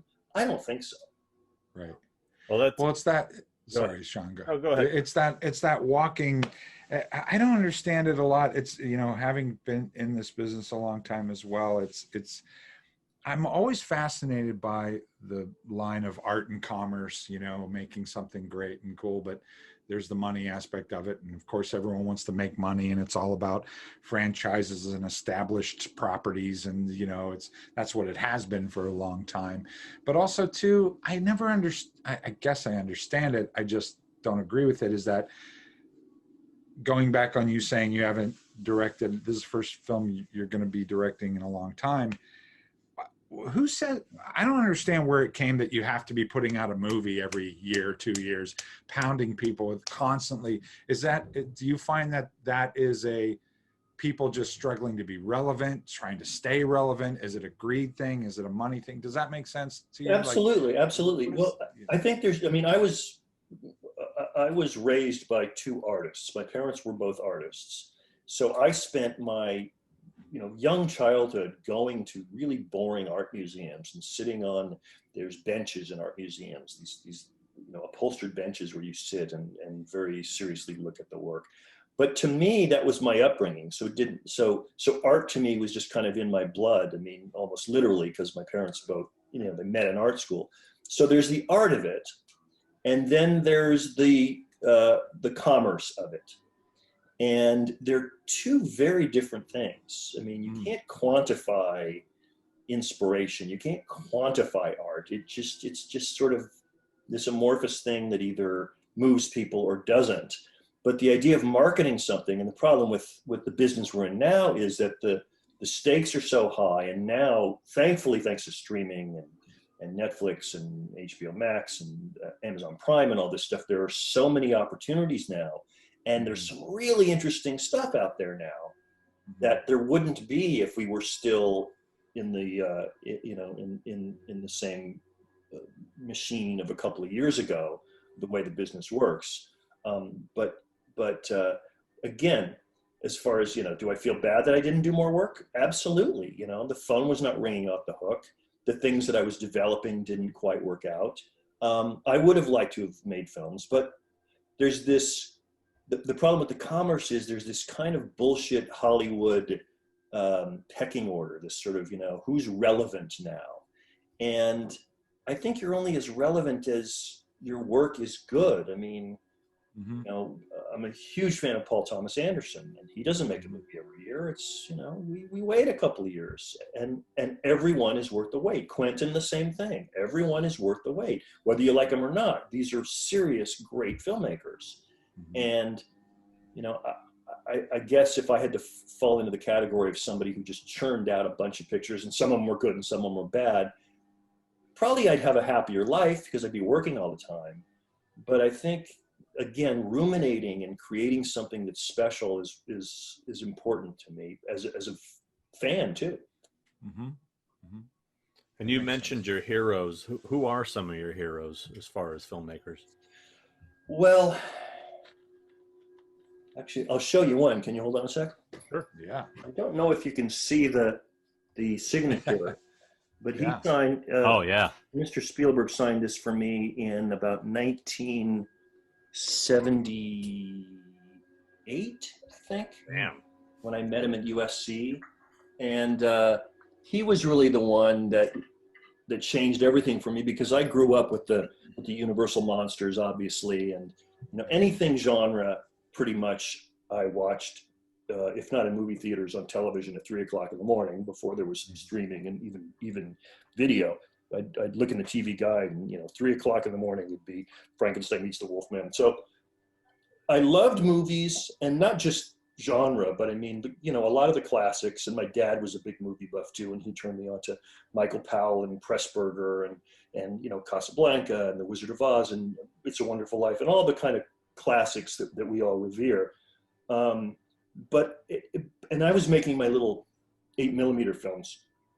But it wasn't until Jaws that I actually could sense the director sort of showing me the way. It was the first time I sensed the puppeteer, and I thought, wow, there's somebody actually doing this. It didn't just happen. And which is in retrospect kind of a dumb thing for me to think, but when a movie has life to it, you surrender yourself to it. But that particular movie, I surrendered to it, but I felt like I was in really good hands. I could see his fingerprints on it. And that was the first time that I felt that with a director. And right after that, I discovered Kubrick, and I discovered Mike Nichols. And these guys are heroes to me to this day. And so my whole movie-going life, it's been, by and large, the directors whose work has fingerprints on it. Martin Scorsese and Michael Mann and the Coen brothers. You can tell if you line up a Coen brothers movie and a Michael Mann movie and a Kubrick movie and a Spielberg movie, you can tell in 30 seconds who it is. And I find that very exciting, because it goes back to what I talked about artists. A Monet and a Salvador Dali, those are two completely different artists, and you look at the work, and whether you like it or not, they have a signature to them. And I get very excited about that. Yeah, we went to a Coen Brothers movie last night. We did. Chris and I went to a double feature at a drive-in of John Carpenter's The Thing and Fargo. Oh, wow. It was a snow theme. Yeah. That's a really interesting double bill. Yeah. Yeah. I actually saw, this is total sideline, but the Arrow had the last existing 70mm print of The Thing. And the color is fading on it. So it was really pink, but it's the last one in the world. And so I dragged my son and said, you have to see this movie. He'd never seen it before. So that was exciting. I saw that same print at the Egyptian. The Cinematheque had a screening of that at that must have been 8 years ago. I mean, it was a long time ago, but I saw that 70mm print. There's a beautiful 70mm print of Tron that they show at the El Capitan once in a while. Oh, cool. If you ever get the chance, that's really, that's a pristine print too. Awesome. So we have fan questions. Fire away. Brandon Borland wanted to know how you ended up getting involved with Tales from the Crypt. He said he loved your episodes. Hello, Brandon. That was kind of fortuitous. It's kind of, for those who care, legend now that my first two movies did not do very well theatrically and only really found their audiences years later on video and streaming and late night TV and stuff like that. But so I was actually really depressed. Monster Squad had bombed, and I was looking for work. But as it turned out, a wonderful actress named Mary Ellen Trainor, who plays the mom in the Monster Squad and the Goonies. So if you have those people who are like Goonies versus Monster Squad, Mary Ellen is the mom in both of them. So you can't go wrong if you're a Mary Ellen fan. Anyway, she's not with us anymore, which is very sad. Yeah. But she was married to Robert Zemeckis, another hero of mine who I should have put on that list before. So I met Bob during the release of Monster Squad, just from premieres and this and that. And I was an enormous fan of his. And I'd also run into Joel Silver, the producer, because he had done a couple of movies with my friend Shane Black. He produced Lethal Weapon and The Last Boy Scout. So I knew Joel and I knew Bob, and they had gotten together with Walter Hill and Dick Donner and David Giler to do Tales from the Crypt for HBO. And for some reason, they thought of me first. So, and All Through the House, the episode that Bob directed, was actually the first episode that we filmed of that series. And God bless them, they asked me to write it. So I got to sit with Bob Zemeckis for a week or two to crack that script and make sure that it was different from the Amicus movie and that it was suspenseful and all that stuff. And it was a really wonderful, wonderful time, and it turned out well. And so I was kind of there from the get-go, and they would come to me with mostly directors. Kevin Yeager wanted me to write his. Joel directed one that he wanted me to write. So it was really people coming to me and going, will you write it?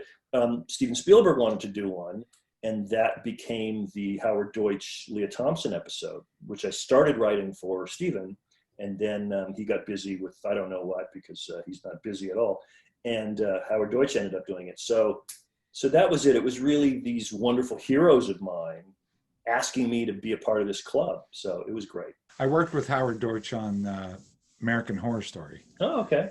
And I was because I'm a huge John Hughes fan, and he had directed, Some Kind of Wonderful, which John, all that stuff. But I'm Howard's, what a wonderful guy, what a lovely guy. I really enjoyed working with him. Yeah. He was great, yeah. Yeah, I'm a big fan of his work, and I didn't know him.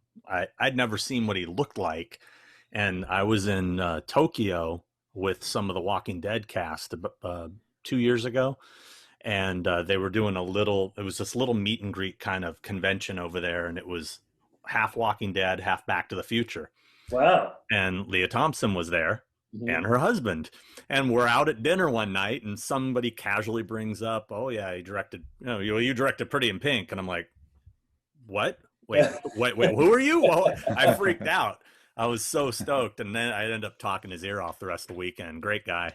Yeah, it was wonderful. Daniel Garrett, since you mentioned the failure of Monster Squad, he wanted to know, why do you think Monster Squad was a failure to the critics when it was released, and why do you think the word of mouth made it the gem that it is in pop culture today?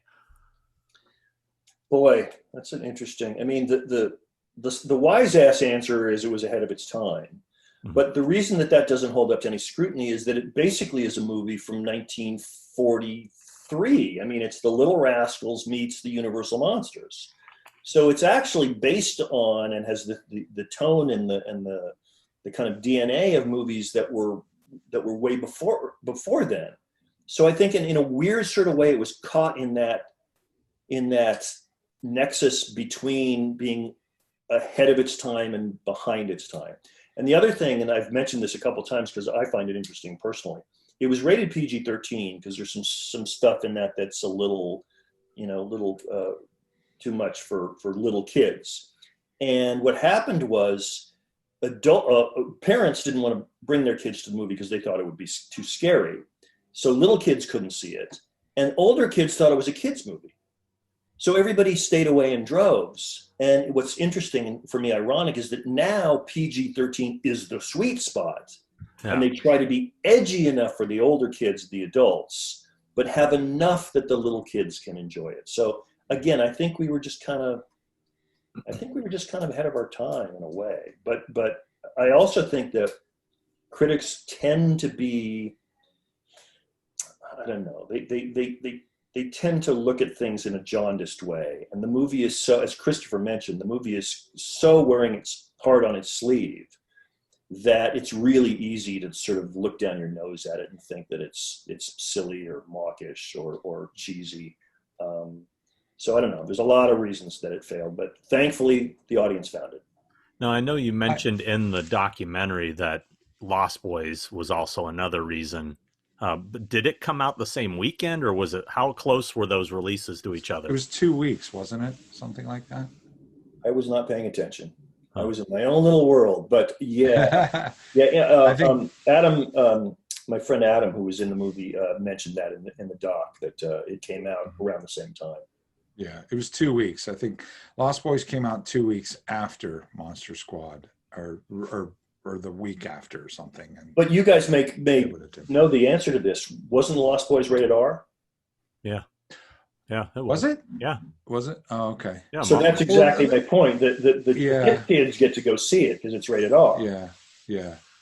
Well, so what's ironic about the whole thing, going back to what you were saying about the film being ahead of its time, and I 100% agree with that, because if you look at, obviously times have changed. At that time, I think, don't you think it was they were trying to put films into categories even more than they do now. Like it's either this or it's that. It can't be both.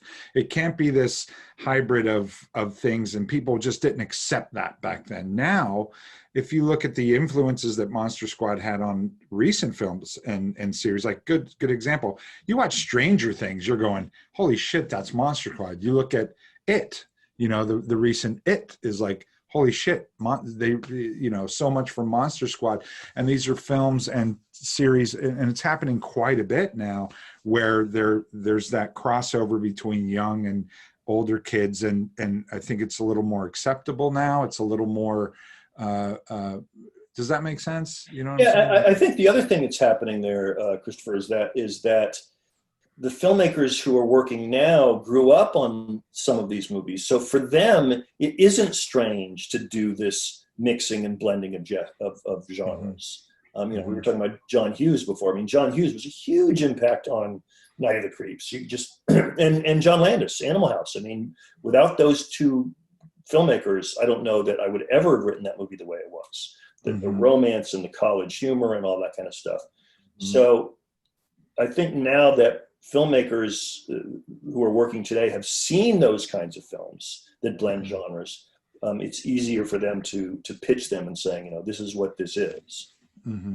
I also think that at the time of Monster Squad, it was a much more innocent time, to where, I don't think parents are protecting their kids from media like they were in the 80s. I mean, they're seeing it. You could turn on the television and see something far worse than Monster Squad as far as violence or language or sex. So it's a different world. Well, I'm not going to take away from the questions, because I'm sure someone's going to bring up a Night of the Creeps question. But there's Night of the Creeps questions. Night of the Creeps is like, I of anything you've done, I got to say Night of the Creeps is my thing. It's my jam. That movie, particularly the 50s part of it. I wanted to see the whole movie take place in the 50s. I want to see that movie. Like the 50s sections of that movie, especially, to me, are so gold. And I find that your sense of humor and style of filmmaking and the heart lend itself to a 50s vibe for whatever reason. I don't know why. I don't know if you have an answer for that, but I don't think the 50s time period has been utilized well enough in modern horror making. Interesting. That makes sense. I just want to see that. But anyway, sorry. Go ahead, Sean. Well, one reason, by the way, that the 50s sequence works as well as it does is that, I was 26. I'd done some acting. I'd taken some workshops. But, the whole idea of working with great actors is something that I haven't had as much of an opportunity to do as I wish I had. And I love all the actors that I've worked with, but to really get in there. And the beauty of doing a pastiche of 1950s science fiction movie is that if the acting isn't up to snuff, that's okay, because that's what those movies are like. So it kind of it took me off the hook. I didn't have to worry about whether the acting was good in those scenes. Right. Hence I vote for that one. I vote for that one. We love you, Ken, wherever you are. Even Ken thinks he said it, kind of.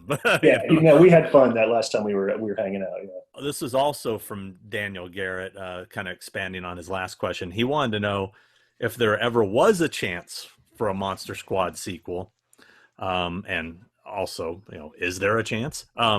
Is there any other monsters you'd like to see be included that weren't the first time around? I threw the Creature in there, who's one of my favorite all-time movie monsters. And the truth is, if we had done a sequel, the answer is no. There was nobody had any interest in doing a sequel to that movie, because the movie didn't do any business. But if it had been sort of a freak success, and we had a gun to our head to come up with a new one, I would be a little bit at odds about what to do with it. And the only idea I ever came up with at the time, I have a new one now. I mean, there is a world where Monster Squad is still alive. Shane Black and I are going to, in about a year plus, we'll co-own the rights to it. So, it's something that I've been thinking about, but it's got to be done right or not do it. Or a series. That'd be a great series. Well, I'm thinking about it as a series, but as a sequel, if we were going to do a one-off sequel back in the day, the only thing I could think to do is to skip ahead to the atomic monsters of the 50s, because we've done all the 40s monsters. There's nobody left really. The Invisible Man, but he's not really a monster. And so my thought is, I love Tarantula, and I love them, although it's a Warner Brothers movie. The giant insects and the melting face from Tarantula, and the Metaluna mutant. I mean, even Universal had some really cool monsters in the 50s that they didn't have in the 40s, and that might be the route to go. I love that idea, and I love that time period. It reminds me of the Tim Burton movie Ed Wood, where he goes, "Bride of the Atom," and the producer goes, atomic stuff, huh? Yeah, okay. Well, I mean, that was also when the UFO phenomenon was happening, and so there were these, there were the monogram pictures, the real low budget movies about aliens from space, but you also had The Day the Earth Stood Still, because that was based on the same notion of what's out there and how can we tell a story about a flying saucer that lands that can actually impact the world we're in, because that was also when the Cold War was starting, and so you had everything from the Poverty Row pictures to Robert Wise. The 50s was very fertile for fear, because people were scared. Jen Rodman Brown, we kind of just touched on this question, but she said, have you ever thought about turning some of your films into a TV series, Monster Squad or Night of the Creeps, not on regular TV, but maybe a streaming service such as Netflix or Shudder? So obviously you said you have thought about it in regards to Monster Squad. I have, and I'm not talking out of school when I say that there is a friend of mine who works at Netflix, who's pretty high up, and he's constantly saying, "Oh, can we please do it? Can we please do it?" But now is not necessarily the time. It was funny. Paramount called us right after Stranger Things, and Shane Black and I had a meeting with them, and they wanted to talk about Monster Squad, and I said, and this is, I really like Stranger Things. I'm not saying anything against it, but what I said in the meeting was, let me guess, you guys want us to do a ripoff of the ripoff of us. There's another way of saying I think now is the wrong time, because it's just going to be on the coattails of something else that's similar. And to be honest, the idea that I've had for it, I obviously won't go into detail, but it's much more sort of Godfather 2 than Fright Night Part 2 or Return of the Living Dead. It's really, I want to find out where the amulet came from. I want to know what's the story about that. And I want to follow the squad as they are today. So I'm thinking prequel and sequel at the same time. Which is something that kind of Marvel has established, and a lot of other genres are following suit, is creating a universe. It's, for whatever the lack of better term is, creating that universe. What is the origin of this? What is the origin of these people? Where are they at now? What are the world, right. That's what everyone's doing. I mean, Halloween's doing it right now. The Halloween universe. It's the whole, a bigger, longer overall story. Yeah. That's bigger. Yeah. And other stories that you can tell within that universe. Yeah. Yeah.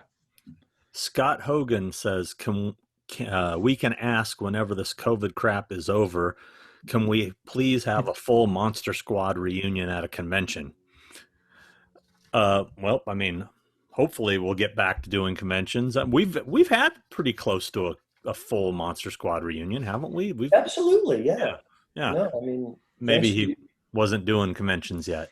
But thanks to you, Sean. I mean, you've got us all together, and it's a wonderful community. There's a couple of standouts. We talked about Robbie Kiger off the line. You and I talked about him. He doesn't show up very often, but everybody else, it's been wonderful to spend time with these folks and see him again. And I'm buddies with a couple of them, Andre Gower and Ryan Lambert and Ashley. I mean, we still keep in touch. The one kid who played the bully in Monster Squad, whatever happened to him? He was also the kind of the mean kid in Pee-wee's Big Adventure. I can't remember his Oh, name. and he was in the Wonder Years. Yeah, he was on Wonder Years. Yeah, he went on to he was in the WWE universe. He was Really? he was like a promoter or a producer. I think he was talking about making movies for WWE, and yeah, I ran into him a couple times over the years. He's an entrepreneur. No, anybody ever reach out to him in regards to anything? I don't think so. Yeah, as I know he wasn't in the documentary or anything. Yeah, he's out there somewhere. He may think he's got bigger fish to fry, which he may very well have. David Imgren wants to know, is there any truth to there being a possible sequel to Night of the Creeps? He said he's asked Jason Lively, but Jason won't tell him, which I find hard to believe. Well, here's what happened. You were probably with him, John, is that Tom Atkins, and I've remained very close with Tom. Happy birthday, Tom. He just turned 85. One of my favorite experiences with an actor. 75, wasn't it? Was it 85? 85? Oh, yikes. Yeah, okay. No, God bless him, man. He's still, swigging martinis and going to Steelers games. Although I don't know about going to Steelers games. But Tom did an interview and he talked about how he and I have just, over drinks at night talked about what it would be. And he was doing an interview for the last picture he did, which was... It's an Encounter? Yes. He was doing an interview when he was selling Encounter, and mentioned that he and I were talking about a sequel. And of course, what the internet is like now. If you as a joke say, I think I want to do that, and then everybody jumps on it. So for about a week, everybody thought there was going to be a sequel to Night of the Creeps. I wouldn't know what to do with it, really. But if I get Final Cut, if somebody gives me 15 million in Final Cut, then Christopher, ball's in your court. Oh no, I'm not putting that out on the internet right now. The only thing I would say is that if I did it, Tom would have to be in it, even though he doesn't really survive either cut of the movie. So I'd have to figure out a way. Right. Yeah, true. Let's see here. Chris Prater wanted to know, I actually meant to ask him this years ago when I met him. Do you think Sam Raimi borrowed ideas from the film House that you wrote and then worked those ideas into Evil Dead 2? I don't know exactly which ideas he's referring to. But I don't either. Yeah, I don't either. I don't know. I mean, I'm a little biased here because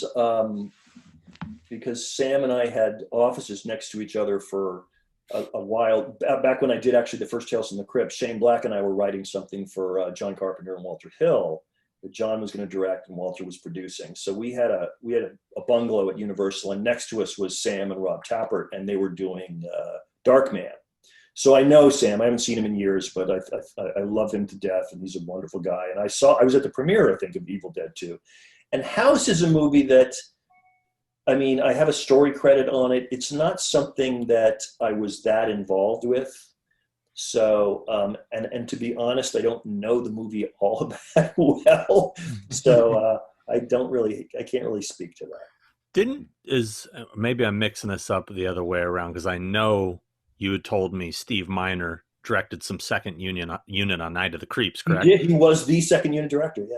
Did you direct some second unit on House? Or is that... No. Okay, I'm mixing the two up then. Okay. Yeah. Do you recall what it was that he shot on Night of the Creeps? Yes, the montage with the Barry Dvorak music, with all the people getting ready for the formal, the girls getting ready for the formal, and the frat boys throwing beer at each other, and then it intercuts the creeps slithering around. All that was Steve. And how did you meet Steve? How did you guys become friends? This is actually an interesting story. This is the beginning of my career. The first job I got, I wrote a screenplay. It was a science fiction script called The Forever Factor. It was a time travel movie. And I called up, and I needed an agent. I called up my buddy Ed Solomon, who is the writer of the Bill and Ted movies and directed Blvd and the Now You See Me movies, big screenwriter, director. And he had met an agent who he thought I would like. I met the agent, and he's he's handled me he's represented me till this day. I spoke with him on the phone this morning. And the first job I got was Steve Miner wanted to do Godzilla. And this was before this last round of Godzilla movies. This was before the Roland Emmerich movie. There was no American Godzilla movie. There were only the Toho films. And Steve went to Toho and said, I want to do an American Godzilla movie. And he could have hired Carl Gottlieb or Richard Matheson or whoever, and he hired me. And that was my first job, was a screenplay for a movie that was going to be called Godzilla King of the Monsters in 3D. And so Steve was kind of my mentor. He ushered me into the Writers Guild, and he supported my directing career, and he was the best. But did you get credit for that Godzilla 85? Did you get some writing credit on that? No, that was actually a Japanese film that they repurposed, I believe. Oh, okay. But it was around the same time. Okay. Alrighty. Sean Moriarty wants to know, do you keep in touch with Robbie Kiger and Michael Faustino? They seem to be missing from a lot of the Monster Squad reunions and documentaries and whatnot. Yeah, I haven't seen Robbie since we finished the movie, and I am Facebook friends with Michael, who is a sound technician and engineer, and he works on a lot of big TV shows. I am in touch with Robbie because he's involved in that big private signing. There's a big Monster Squad private signing that's going to be happening like in the next month. I think it's what's the name of the is it CPA? I can't remember the name of the company. Oh yeah, I know what you're talking about. Shoot. Oh well, I'll try to drop in the link on here so if people want to order stuff they can.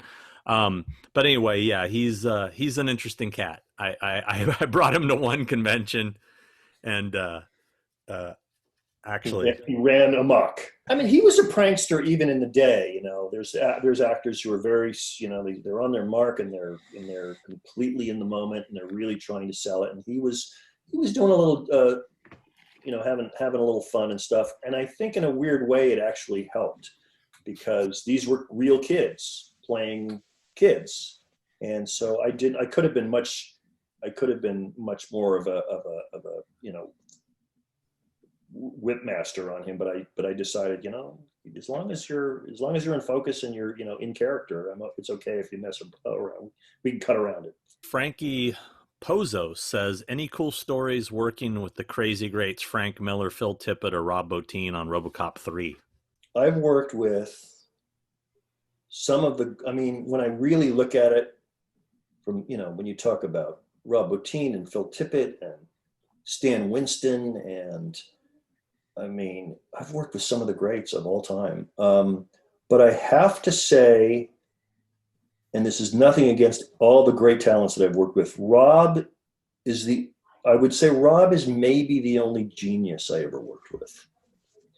And by that, I mean I don't know how much you know about Rob, Christopher, or where he is. But I know a lot about Rob, and anybody that does what I do has their people that they look up to, and they're, you know, it's either this or that or these guys or whatever. I would say Rob has always been my guy. Like, yeah. I love Rob Bottin's work. Well, and I think it goes back to what I was talking about directors and what I value as a film goer, as a fan. And, you know, I don't think there's a better makeup artist who ever lived than Rick Baker.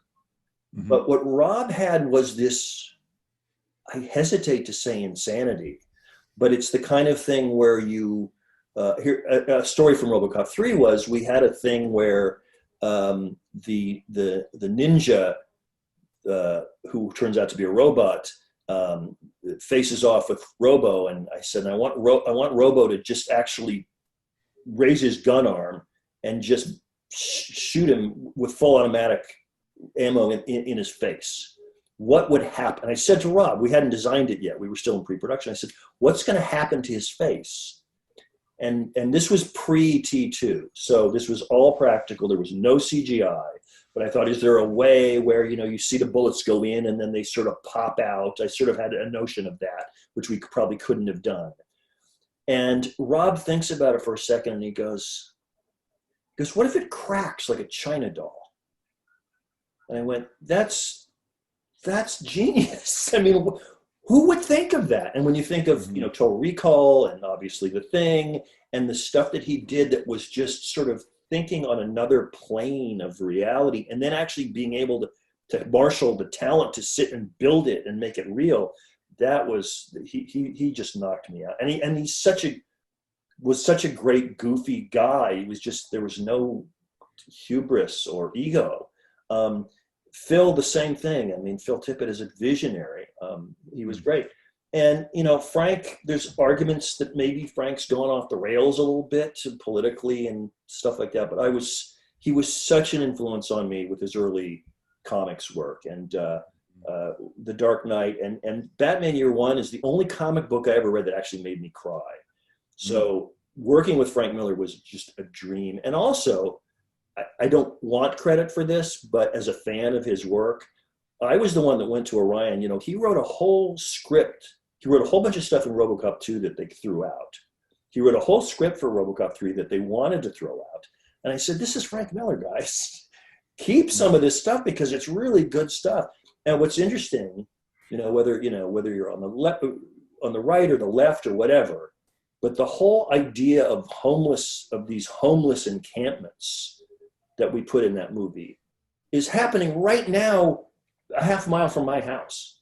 Mm-hmm. Now, obviously, they're not forming their own kind of army to battle big business, but there's a lot of stuff in that movie that turns out to have been kind of forward thinking, and I'm going to give all that to Frank. Yeah, I worked with Frank on Sin City. And that was quite a treat. Yeah, I was just like, it's Frank fucking Miller. I mean, the first one. Yeah, the first one. Yeah. Actually, you answered this question already. Damien Leone, who's he's the director, creator of the Terrifier series. I don't know if you're familiar with Terrifier. No. Art the Clown, pretty popular. They just finished the second one, hasn't come out yet. Anyway, he wanted to ask you about how you got involved with his favorite Tales from the Crypt episode ever, All Through the House, but you already told that story. But just want to give a shout out. Damon Leone loves that episode. Thank you, Damon. Charles Maeschalak. I hope I'm pronouncing that. Maesschalck.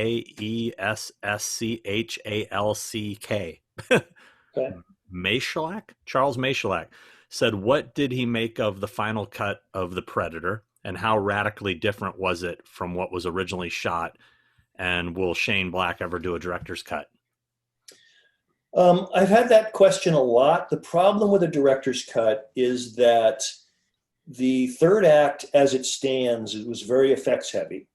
And the third act that we threw out kind of towards the end of production and to turn it into what it ended up being, that third act also was extremely effects heavy, involving creatures that are not in the movie currently, but that were all CG, and that would have involved a lot of money. So it's kind of, it's a multi-million-dollar proposal to try and turn it back into what it was. And we also we ended up not shooting all of the live action that would intercut with the new effects. So there really isn't a director's cut of what we imagined originally. What did you think of the final version of the film, and how radically different was it? It was radically different, but I don't think necessarily better. I think at some point, either the studio just looked at the movie and said, "We're not sure what this is, and if it's delivering for what we think the audience wants," which is always a bad sign, because you have to bet on your filmmaker. And my job as Shane's friend and as his co-writer was to back his play. Mm-hmm. Had I been making that movie, I think it would probably be a different movie. But I like a lot of the first half of the movie. I'm really proud of a lot of the first half of the movie. And then the second half, there's some really cool stuff too, but I think it lost its way a little bit. And I think that was because the studio decided, well, we don't know about this. And, operating in panic never works. Never works. I personally really enjoyed the film. I liked it quite a bit. I was surprised because I know you and I had talked during the making of, and I was going into it with like, oh, they're messing with his movie, you know. So I went into it not expecting to like it. And I'll be honest with you, I think it was a real breath of fresh air in the sense that I loved how non-politically correct it was, because I'm so sick to death of this, you know, sort of new, we have to apologize for everything sort of society we're in. Yeah.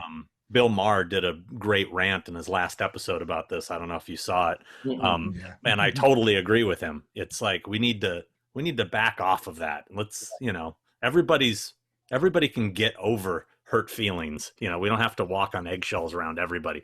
And I really loved how that film was pretty just like, you know what, this is how real people talk. Yep. And guess what? Deal with it, you know? Yep. I loved it.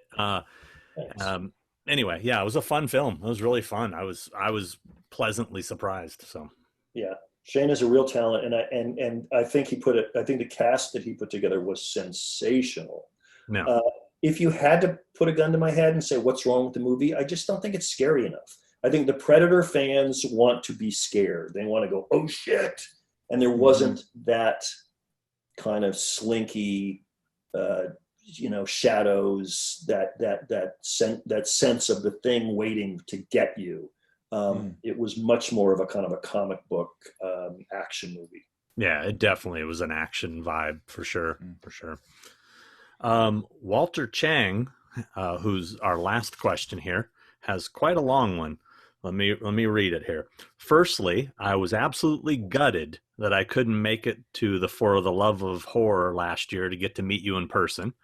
However, my good friend Steph got my Night of the Creeps poster to you, and you graciously quoted and signed it, and followed this by my photo op being with yourself and the poster, which I thought was pretty cool. Anyhow, last year I finally bought and viewed Robocop 3 after putting it off since forever, and I actually really liked it considering how toned down it was. My question to you is, why was it decided to take it in a different direction?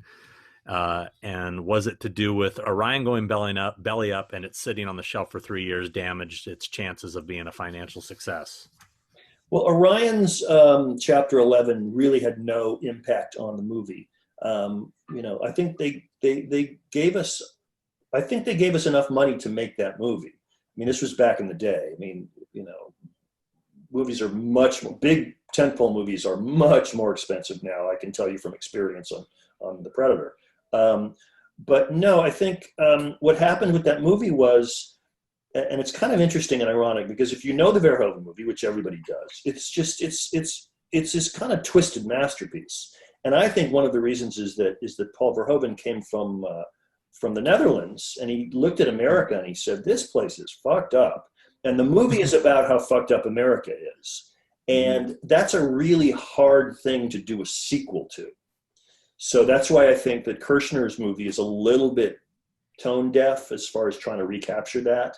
And my film was, interestingly, Christopher, you talked about the heart that I try to put into things. I mean, that was really important for me, and I think it's off brand for a RoboCop movie for you to actually like have, you know, a little kid and to care about it. So a lot of people just gave it the finger from the get-go because it wasn't extreme enough. It needs to be extreme. And but the main thing was that after the Verhoeven movie, they started to do comic books, and then they started to do toys, and they started to do video games. And what they were doing was they were taking this hard R character and turning it into fodder for kids. So the studio said to themselves, well, we can't alienate the kids. There's a whole merchandising opportunity here. So what if we tone it down enough so that the parents can go with their kids and we can have it be a little softer, and then we can sell toys and comic books and all that stuff. And although that's a fine idea, we talked before about art and commerce. From a commerce side, that makes sense. But isn't it really a total violation of the character that they created in the first movie? So I was it was a suicide mission. I was kind of damned if I did and damned if I didn't. You went into it immediately knowing it couldn't be R, right? Yeah. Okay. But the truth of the matter is, if I had followed my gut and hired, and hired Jackie Chan's stunt team and gotten, a Hong Kong stunt team in and done stuff that you just couldn't believe was happening. Because if you look at early Jackie Chan work and all the Asian films of the late 80s and into the 90s, I mean, Super Cop, have you seen Police Story 3 Super Cop? It's unbelievable. And part of it is that those guys don't have the union, and I guess it's okay if they die. Yeah. We had made an action movie because it was pre-CGI, and we couldn't. There's no way we could compete with T2 or Jurassic Park, which both came out the year after us. But if we had done physical action that you had never seen before, and if I had tweaked the humor so that it was a little more, anarchic and not nasty, but was just a little bit more, was a little broader in a dark way, I think it probably would have worked. I'm curious as to you have a really great sense of humor, and there's a lot of humor and comedy, actually, I find in your films. And I often find that scaring people in the horror genre has a lot of similar timing to comedy. I think there's a lot of that, and you saying that you're a fan of John Hughes and John Landis and things. I'm curious if you would ever consider just doing a straight up comedy. It's funny you should say that, because when I was in post-production on Robocop 3, I actually made a deal to make a comedy for Paramount that was very much in the John Hughes mode. It was kind of, and in fact, it was kind of inspired by Ferris Bueller's Day Off. I thought I just loved this character, and it was called Mr. Cool. It was about a freshman in college who just can't put a foot right, and he's nervous, and he's got a crush on the girl, but the girl doesn't pay attention to him, and all the stuff that's in Night of the Creeps. But he hears rumblings about this cool guy who lives in a penthouse on top of the dorm, and he looks up, and it's kind of like in the scene in Willy Wonka when Charlie looks at the Wonka factory and the lights are going. He looks up at the dorm, and it's just an old ratty old dorm, but at the top is this kind of futuristic, Ken Adam, Neo kind of cool penthouse. And he's like, that's where he is. And it's a movie about a nerdy kid and this cool kid, and how the cool kid sort of teaches him the ropes and to be the best person that he can be.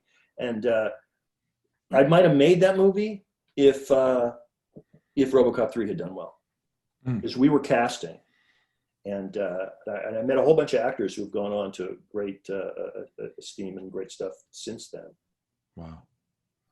Yeah, that's something I think comedy is lacking these days too. And I would like to see the John Hughes vibe type movie come back. But again, you look back at a lot of his movies, they're really politically incorrect and racially incorrect. There's a lot of crazy stuff. To a fault. And I think, again, it's the politically correct police really are cracking down on that now. And, it's like, I really want to show my son Animal House, because I was going through a really tough time a couple of years ago. And I said, I just need to sit alone. And there's an argument that comedies don't work by yourself, that horror works much better because you're alone. And I said, I need to sit. And I watched Animal House, and it made my week. I was like, I feel better now. And I want to show it to my son, but I'm afraid that there's stuff in that movie that the politically correct police and this kind of big brother that hangs over us now. And it's like, guys, this movie was made in 1978. Right. I mean, I grew up on the National Lampoon. And if you listen to some of the Radio Hour and look at some of those magazines, there's going to be stuff in there that is going to really piss some people off. But it was funny then. So is there a way to separate mean-spiritedness or racism or sexism from the intention to make people laugh and have a little more scrutiny about it? You know what I'm saying? I think that's the problem, is that I think people just sort of have these giant broad brushstrokes of, that's offensive. It's like, well, okay, what's offensive about it? I mean, Long Duck Dong, if Hughes were with us today, I'm sure he would say that was a mistake. And there's a lot of stuff in 16 Candles that he would say that. But Anthony Michael Hall is brilliant in that movie, and the camaraderie and the byplay with him and Molly Ringwald. It's like, it's great. I mean, in a way that I've never seen before or since. So can't we somehow acknowledge what's great about some of these movies that have these smudges on them without smudging the whole thing and going, toss it in the bin? End of speech. No. That I agree. I think that the problem with the comedy in those, but if you really dissect those movies and dissect things that are happening now, none of those movies were malicious. I mean, nothing that happens in Animal House they might have been a little, off color, or a little slightly. I mean, look at Animal House is a movie that was made in 78 that took place in the 60s. Right. You know what I mean? You have all those layers of but none of them are malicious. And even the intention of writing those characters and the way they're written, they're not malicious. They're not blatantly really racist. I mean, in comparison to stuff now, I think now I find I'm not one of those guys that's offended by anything. I have a friend of mine who's quite a successful comedian, and he's taught me that anything and everything is funny. He taught me that a long time ago. Even stuff you're not really supposed to laugh at, you need to laugh at. And that's it. Well, I got to point this out because and I don't know how you guys felt about it when you saw it, but I was really going, give me a fucking break. I don't remember who the guy was, but in the Wolfman Has Nards documentary, when he talked about the slut shaming of the sister at the end of the movie about, you're not a virgin, and he's all, and she's slut shamed. And I'm like, what? That thought never even crossed my mind. Never. He didn't say, oh, you're a whore. What? I'm like, what? I can't even believe you're mentioning this, dude. Really? Right. That's what's wrong with the world. He's grasping at straws because society is telling him to grasp at straws, so he is. The other one that's come up, somebody I really admire, who who I saw on Facebook, and he said, I started watching the Monster Squad, but I had to turn it off when they used the F word, and he's specifically referring to what the bullies are calling Horace when they're beating him up. And I've said this, you probably heard me, Sean, I've said this in conventions and Q&As, and I said, guys, the reason that the bullies in the Monster Squad called these guys fags has nothing to do with disparaging of homosexuality. It's that when I was 12 years old in junior high and bullies were slamming my head into a locker, that's what they were calling me. This is from my personal experience. So that's a good example of what I was talking about before, is take that and dissect it. What's the intention? The intention is to show that the bullies are assholes. Yeah, exactly. It's not to offend you watching the movie because you happen to be a homosexual and that word is a trigger for you. You're not glorifying those guys. They're bad people.